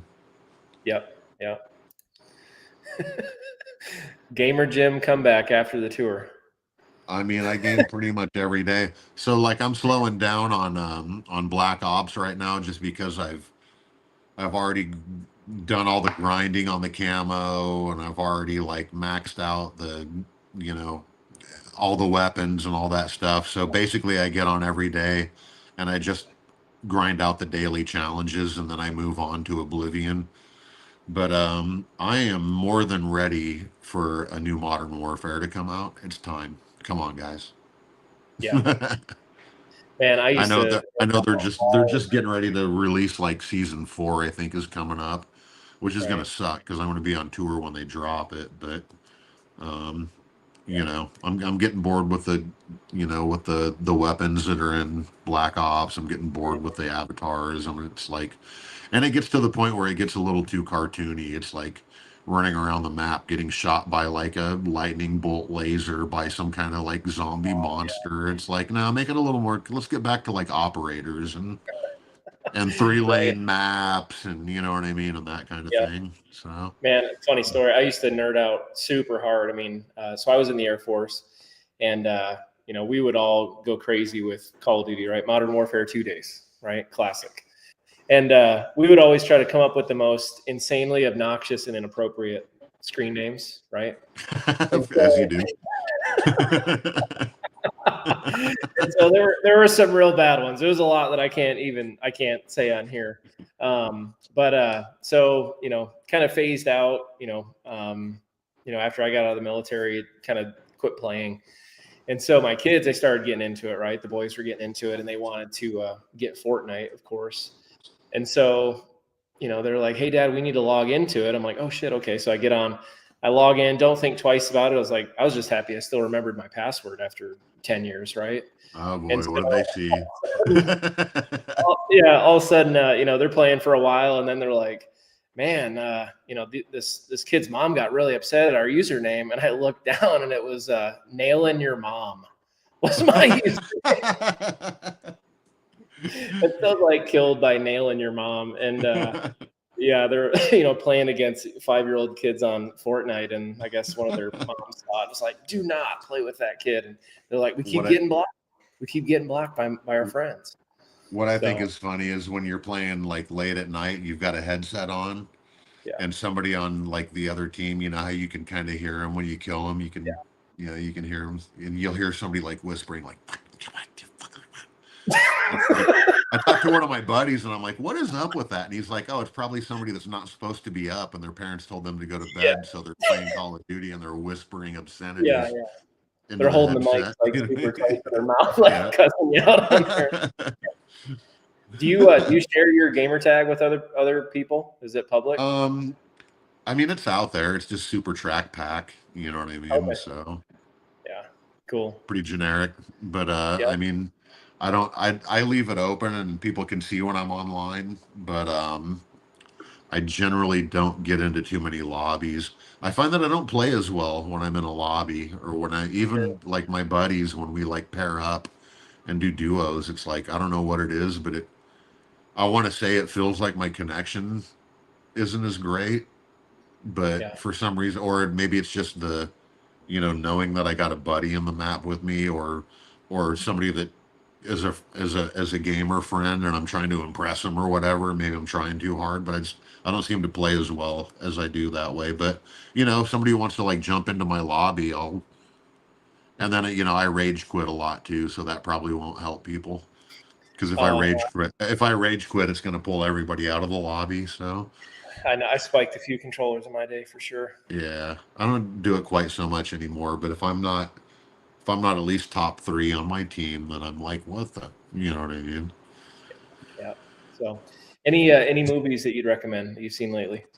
Um, I don't really watch a lot of movies. I mainly like listen to a lot of podcasts and stuff like that. But however, Tim from Fit for an Autopsy was just here, Yeah. and we watched this movie called Companion, which was actually pretty good. I mean, I figured it out. I figured out kind of what was going on early in the movie, but it was still a good movie. It's kind of I don't know if you'd call it a horror movie. It's kind of like based on like an android or androids and like love robots kind of a thing. But Oh there's yeah, like yeah, yeah. there's a little bit more going on with the twist. But it's called Companion, and it was actually pretty good. Pretty good flick. Right, right. I Not know it like might. It Cherry might just be, 2000 from the 80s or whatever. yeah. No, it'd be a little bit of an awkward conversation maybe to broach that movie though. If you're like, hey man, you want to come over and watch a movie with me? What's it called? Companion. Yeah. No, because the new thing is like Tim's like, oh, it got like 90 on Rotten Tomatoes, and I'm like, really, you really like listen to like what Rotten Tomatoes has to say about shit? Like, Right. I've seen movies that are rated really high on Rotten Tomatoes, and I'm like, that was a piece of shit. That movie sucked. Yeah. You know? Yeah. Re-release of the self-titled album to celebrate the 20th anniversary. Any news? Yeah, I just did. I was talking to Bob at our management company about that. He had me listen to some of the remasters just to kind of like not approve them, but just make sure they were kind of going in the right direction with them. I don't have any news as to like when it's happening, but it is happening. So Awesome. South Park or Family Guy? ooh, I'm gonna have to say South Park. I walked in on the boys the other day watching the Tourette's episode. Man, I was like, Brilliant. what is going on here? Just the shit they get away with is so bananas. Oh, I know. You know what I mean? And not only that, but I watched the documentary that they had on what's the name of the Mexican restaurant that they bought? Oh shit. They bought a like a an iconic like Mexican restaurant in Denver and completely remodeled it, and they did a documentary on it, and it was like really good. Awesome. What podcast do you recommend? Oh, I listen to a lot of like wild conspiracy theory stuff, like stuff like that. I was listening to like the last podcast on the left a lot. They have like a different, they do like a lot of different things about like kind of like not really horror based, but like crime based stuff and just wild stories. I really like, what's the name of it? There's a podcast. It's really bland and boring, but it's like a history one. Did you listen to the Genghis Khan one? I was gonna go down the history route. Oh damn, I gotta look it up too. I think I was. It's been a while since I listened to this one, but when I drive, it's like full on like podcasts. But like same during the day, I just have them kind of on in the background. So I'll have like Tim Pool. I'll listen to him a little bit. I'll listen to Crowder sometimes, which might not be everybody's cup of tea. They kind of like not really conspiracy theory, but they kind of lean a little bit farther right than maybe I do. But sure. That's the kind of stuff I listen to. The quartering stuff like that, because they get into a little bit of gaming, a little bit of politics, a little bit, and I mainly do it just to kind of like be informed on what's happening and what's going on in the world. A lot of 2A stuff because I'm into guns, so I like to like this Hearing Protection Act. I really want to pass, so we don't have to like have suppressors under the NFA. I think they should just be legal to buy, just walking into a store and buying one. Mm-hmm. Fall of Civilizations. That's what it's called. I think it came off Rogan. They were talking about the Genghis Khan episode and took the kids fishing, and we had like a 3-hour drive there and a 3-hour drive back, and we listened to it, and they were like, "Dad, are we seriously going to listen to this for the whole trip?" So I listened to I've got like my old therapist when I was like feeling pretty weird, has one called Man Talks that I listen to. So if there's any like dudes out there that are struggling with this modern world we live in, like Connor Beaton is his name, he's a really good one. Sometimes I listen to Russell Brand. Sometimes I turn him off because he talks an awful lot and he gets really verbose. But the one that I listen to a lot, and this is the kind of like maybe boring one, but it has a lot to do with history, is it's called The Rest is History. It's a couple English guys, and they talk everything from like the French Revolution to like about Genghis Khan, or they have a lot of interesting things. And when you're on a long road trip, it's a really good way to kill time, while you're driving. Oh yeah, dude. Give me a good podcast and a mouthful of sunflower seeds, and I can drive all night long, dude. Yeah, yeah, it's kind of awesome. It's better than music in some cases, you know, Yeah. like it seems to kill more time. Like you listen to a whole like hour, 2 hour long podcast and you've put X amount of miles on the odometer and you're just like, wow, I didn't realize I was able to get that far. That's cool, you know? Yep. Yep. I think the one I was thinking of, Hardcore History with Dan Carlin, I think it is. His is really That good sounds too. cool.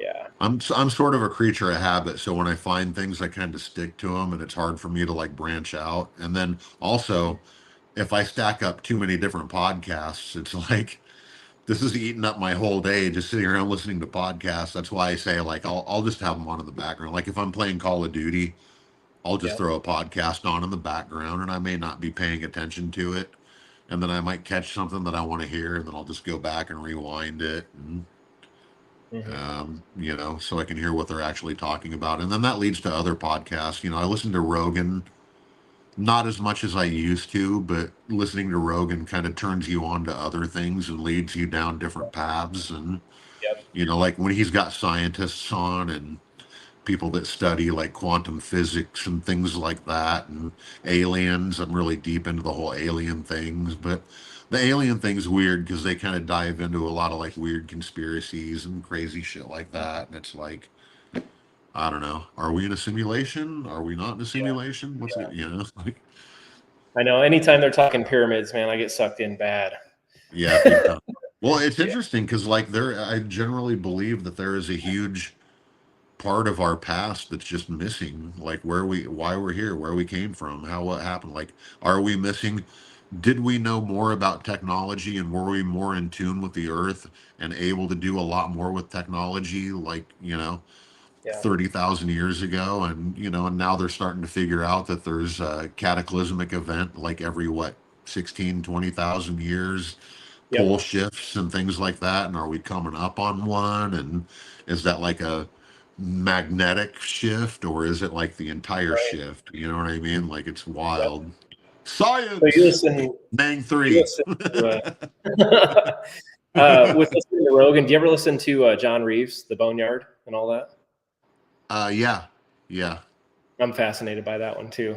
Yeah, that's wild. I mean, the amount of bones that he has in such a dense, like small area on his land is wild, you know? And they've gotten all those bones out of, I think it's 2 acres so far that they've Yeah, that's excavated. crazy. That is crazy. And some of them have like actual like organic matter still on them. Yeah. So here we go. We're going to start cloning mammoths, and Jurassic Park was literally a foreshadowing on humanity. Yep. Did you see the dire wolf cloning from? There's a really recent I episode. watched well, I had a podcast on that was talking about that. So, you know, Spirit 3, yeah, I don't disagree with you. Aliens are definitely real. I mean, they gotta be. It's like the movie They Live. Are they with us? Did they put us here? Did they plant us here? Are we an experiment? I mean, you know, are we, Yep. you know, I always tell people that I came from the Anunnaki, you know, because I'm, you know, 6'6" and, you know, Right. blonde hair, blue eyes, all that kind of weird stuff. But Yeah. Speaking of that beautiful hair, man, how do you keep it looking so good? I don't know. I don't really do anything to it. I wash it and I detangle it. Other than that, I forget about it. I'm about ready to Right. cut it all off because it's driving me nuts. That's why I have a hat on today, because it just goes everywhere. And I've got like the side cut going on now with all that stuff. And I miss Yeah. having short hair. It's just so easy to take care of on tour, and 5 minute showers are great. Like, you know, if I jump in the shower now, if I haven't washed my hair for a day, I got to Hmm. spend 20 minutes detangling it, and then you get all this hair stuck in your finger, and then you got to stick it to the wall and all that shit. Right. Right. We are aliens, yeah. I think we are too. I mean, there's DNA that's, you know, our DNA. It's like it doesn't occur anywhere else. There's like missing parts of it. It's wild. Right. Right. Any weird collections? Any weird collections? Yeah. I mean, when I grab onto a hobby, I tend to take it too far, you know, whether it's Yeah. guitars or cars or motorcycles or guns. I mean, I've always been into guns, and I'm taking that a little bit too far right now. I'm kind of deep in that world, but I want to get really good at shooting. I'm just fascinated by it. So Yep. different rounds, different grains, things like that. So Sounds like that's kind of the loophole. you and Mick need to team up and do a Pantene commercial. Pantene's terrible for your hair. Okay, so here is one thing. I do use really good, like quality organic shampoos and conditioners, like Aveda style, Yeah. like, stuff like that. And I use that in my beard too. But I fried my beard. I freaked out and dyed it again. I told myself I wasn't going to dye it, I was going to let it go gray. But I freaked out and dyed it. And when I dyed it, I left the hair dye in for like an hour, and you're supposed to leave it in for like 10 Yeah. minutes, and it just totally fried it. So after this tour, I might just like shave it and just start over. Right. Do you have any of your old masks, or have they rotted away? I have my first original mask that is literally crispy and rotten, and it's only like about maybe half of it is left. Wow. And then I don't have any masks going back to like say All Hope Is Gone or the Iowa cycle. They're in the Slipknot museum if I have those. What I have are masks from the last couple album cycles and backups for them. And I was gonna design a new one for the European tour, but I drug my feet and waited too long. So I think I'm just gonna wait, and when we do a new record, then I'm gonna look at the vibe of the songs and the vibe of the artwork that Clown's gonna come up with for that record, and then I'm gonna design a new mask based on all that information. And I don't ever really stray too far from what my mask is. I like it to have little small tweaks, but I feel like if I did what Corey did, you wouldn't be able to recognize Slipknot. I mean, Corey drastically changes his mask so much that you can't even, from one record to a next, it's completely different. And that's cool. And he loves doing that. He's a big comic book nerd, and he like draws inspiration from that and horror movies and things like that. So I get why he does it. But for me, it's like, if McDonald's completely changed their logo, you might not see that McDonald's and drive right by it. You know what I mean? So I like to just like have little evolutions, and then kind of like maybe go backwards to go forwards, and take things from this mask from that tour and this mask from that album cycle and combine them. And, you know, that's kind of what I like to do. But definitely a new one will happen when the new record, when we start Yep. working on the new record. And that's a whole other thing. That's like adds another level of things you have to do. And I hate getting molded for masks anymore. Like my claustrophobia has seemed to like grow. The past couple times I got molded, I was just like, get me out of this thing. I mean, because they're pouring that shit over your head, and it hardens, and it's on your chest, and it feels like it's hard to breathe. And and it's just like, man, this sucks. Like, get me out of this thing. It's pitch black, and then you've got like tubes up your nose so you can breathe, and sometimes I can't breathe through my nose, and if my mouth is covered, then you feel like you're gonna suffocate. It's wild. Yeah. I know the older I get, the more conscious I seem to be of heights, for sure. Never scared of heights, and then now I'll get on top of a ladder and I'm like, oh shit. Heights are a weird thing. Like, I'm not afraid of heights. I think it's really cool, but I get vertigo. Like, I can fly no problem, but if I climb up a really tall tower, I literally just get dizzy. It's wild. Right. Like my equilibrium, like whatever in your ears, that kind of stuff. Yeah. I think just a weird thing. Yeah. Here's a random one. Where do flies go at night? I love all the random questions. This is great. It was Sheboygan, wasn't it? Yeah. Pretty sure it was Sheboygan. Yeah. Bring surprises in the European set list. I'm going to hold on a second. I'm going to let me see if I can find it. I have a screenshot that I sent to V-Man because he asked me what the set list was. And I'm like, you didn't get an email? Like, what? Okay, here. Oh, no, I sent it to Brad. I think Brad wanted to know so he can prepare and think about what guitars to make. And we're also working on artwork for a pedal. I'm getting ready to release a new pedal. So there is a sneak peek of a new pedal I'm working on with MXR. Nice. And it's actually a pedal I've been using on my satellite pedal board out front. It's a fuzz combination fuzz overdrive pedal. You're Let's dead on, see. man. Sheboygan, by the way. I'm gonna look. Yeah, Sheboygan. There it is. I'm looking at our European set list. It actually looks pretty chill. What would a big surprise be to someone like when they say that? What are they thinking? I don't know, and I Because don't want you to. there's a couple of songs in here that aren't in the last set list that we just did in Australia and New Zealand. So, but I'm not going to tell you what they are. No, that's fine. I don't want you to get in trouble. What do you do with old coveralls? I won't get in trouble. I'll just be like, yeah, like it's gonna leak after the first show, anyways. You know what I mean? True. So. Very true. Yeah. I have a storage bin that has like all my Iowa coveralls. Not all of them. I've given some to friends. I've given some to like Todd Hicks from Fox Racing. He used to hook me up with like a ton of Fox gear when I was riding motocross. So I sent him an orange set for him to put up in his office. Oh wow. But I have most of all of them. If they're not in the Slipknot museum that tours, then I have them like in a storage bin here with other random stuff, you know, or they're just in storage with our touring gear. Right. Favorite venue? Favorite venue? That's a tough one. Probably any venue that sounds good, like sonically sounds good, and that's generally not outdoor like the sheds that we play at when we do like US tours. Right.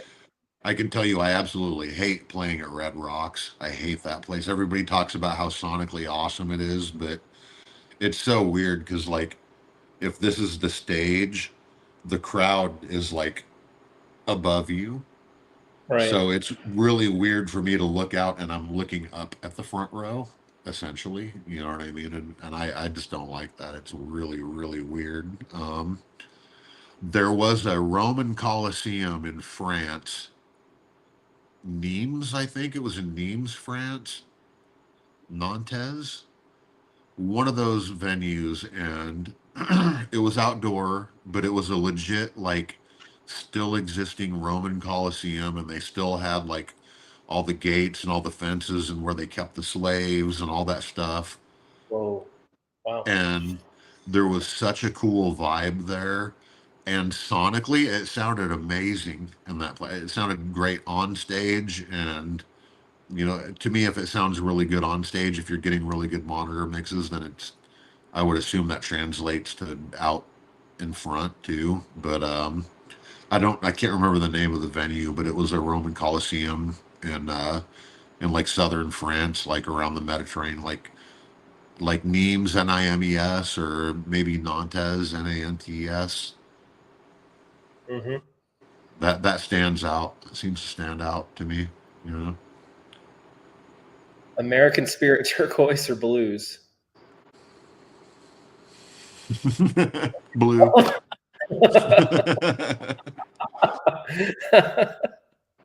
You know, I got to have one vice left. You know, I don't drink alcohol or really do anything else. So this is the one thing that I'm hanging on to.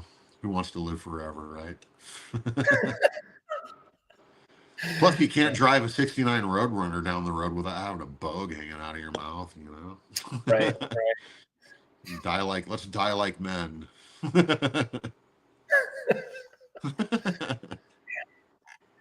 Dude, I think we've got through most of these questions here. That's cool. We can wrap it if you got shit to do. You need to finish building that car behind you. I know, man. I know. I'm getting heat. Actually, I didn't want to jump into questions for myself, but somebody had asked when the next update's coming on this, and I've got to jump into finishing the other quarter panel up. Got to modify that to make it a 70, and then I just finished up installing the whole US Car Tool Motorsports, like the upper radiator support piece with all the dimple die holes in it. I saw that in that post. It looks awesome. Oh, dude, it looks so mean. And then Yeah. also put in their transmission tunnel, which is a freaking work of art, dude. But it was a lot of work to put it in for sure, but it adds a ton of strength back in it. Because with the 6-speed, you have to cut out a big section of the torsion support and then also the floor. You have to open that up quite a bit. And they make a full perimeter frame with the modular transmission mount, so you can run any type of mount you want on it. With mine, I actually had to weld on the TR6060 mounts to the car. So this car will only have a 6-speed in it from now on, unless you want to modify the torsion support and weld that back in. But it's built super solid. And then I'm just trying to finish it right too, because the top of the transmission tunnel has like a top that'll sit on top of it, and I'm trying to make that removable. So rib nutting all of it in and putting like nice flat Allen screws in it and all that kind of stuff, just so it looks clean. Yeah, it looks nice. Yeah, that'll look good. I don't know how you do body work, man. That's one thing about, like, I would much rather like dive into like tearing the top end of a motor apart or rebuilding a carburetor than doing body work. Body work seems so not just tedious, and you have to be really good at it, but it's just a messy job. Like all that, when you start sanding and getting into that I don't know how people do that, Yeah, and do it. so I farmed out the Charger paint and body and to a shop, and it's taking a whole lot longer than what I hoped it would. Could have easily had that car painted in back here and probably most of the way put back together by now. But Well, all that's all. They're probably getting high on all the Bondo dust and shit. right. Well, tack welding and all that. Yeah. But no, seeing all the chassis stiffening stuff, all the this car, full coilovers and all of that, and then with the dimple dies and the motor in it now, and it's all just sitting super low. It just looks. What are you running for a rear end in that? It's got a Dana 60 in it. Dana 60. I was going to say the wheels look real fat and good. Like they got a lot of dish to them. Looks like you got a pretty big wheel on the back there. Yep. They're. Are those welds? What are those? No, they're Centerline Pro Convo 2s. Okay. So yeah, they've definitely got some dish to them for sure. But this car also, I did the. So on the wheel well, there's a portion of the wheel well. It's called, I think it's growth rings is what they call them. But it's kind of like dished in where it cuts off some of that wheel space and that tire space that you could have. So I widened that and then actually added a 3-inch mini tub to it. And so these tires, like I actually had to roll the quarters, the edge of the quarters, so it almost fits vertical on the satellite to fit even these with tires. Even with a mini tub. Well, in the Sati, that one it actually doesn't have mini tubs in it, so it's a factory wheel well. But yeah, I just bought an Amazon roller and rolled the edges of the wheel wells, and those tires fit by like, I mean, you can't slide more than like that much of your hand like up in there, and it just sits on top of them perfect. But with these mini tubs, I mean, I've got another 2-3 inches inside and probably another inch outside because the axle is a little bit different. Nice. Too. But no, I actually had this Dana sitting around, and it came from a 6970 B body. Like would have been the one to actually come on, a car like this, but it's got 354 sure grip in it. Nice. So yeah, I'm realizing the more and more I drive the satellite, it's it's a perfect like drag setup in it, but even cruising at 55, and sitting at 3,300 RPMs for too long, it's like, oh, come on. Yeah, that's a lot. That's why when we did that Tremec, first gear is so tall. We went with the 373 gear ratio in the back. So first gear, I'm not in there very long. It's real tall. But when I get into 5, I can run 2,400 RPMs at 80 miles an hour down the highway. So. Oh man, that would be nice. It's nice. Damn. Hell yeah.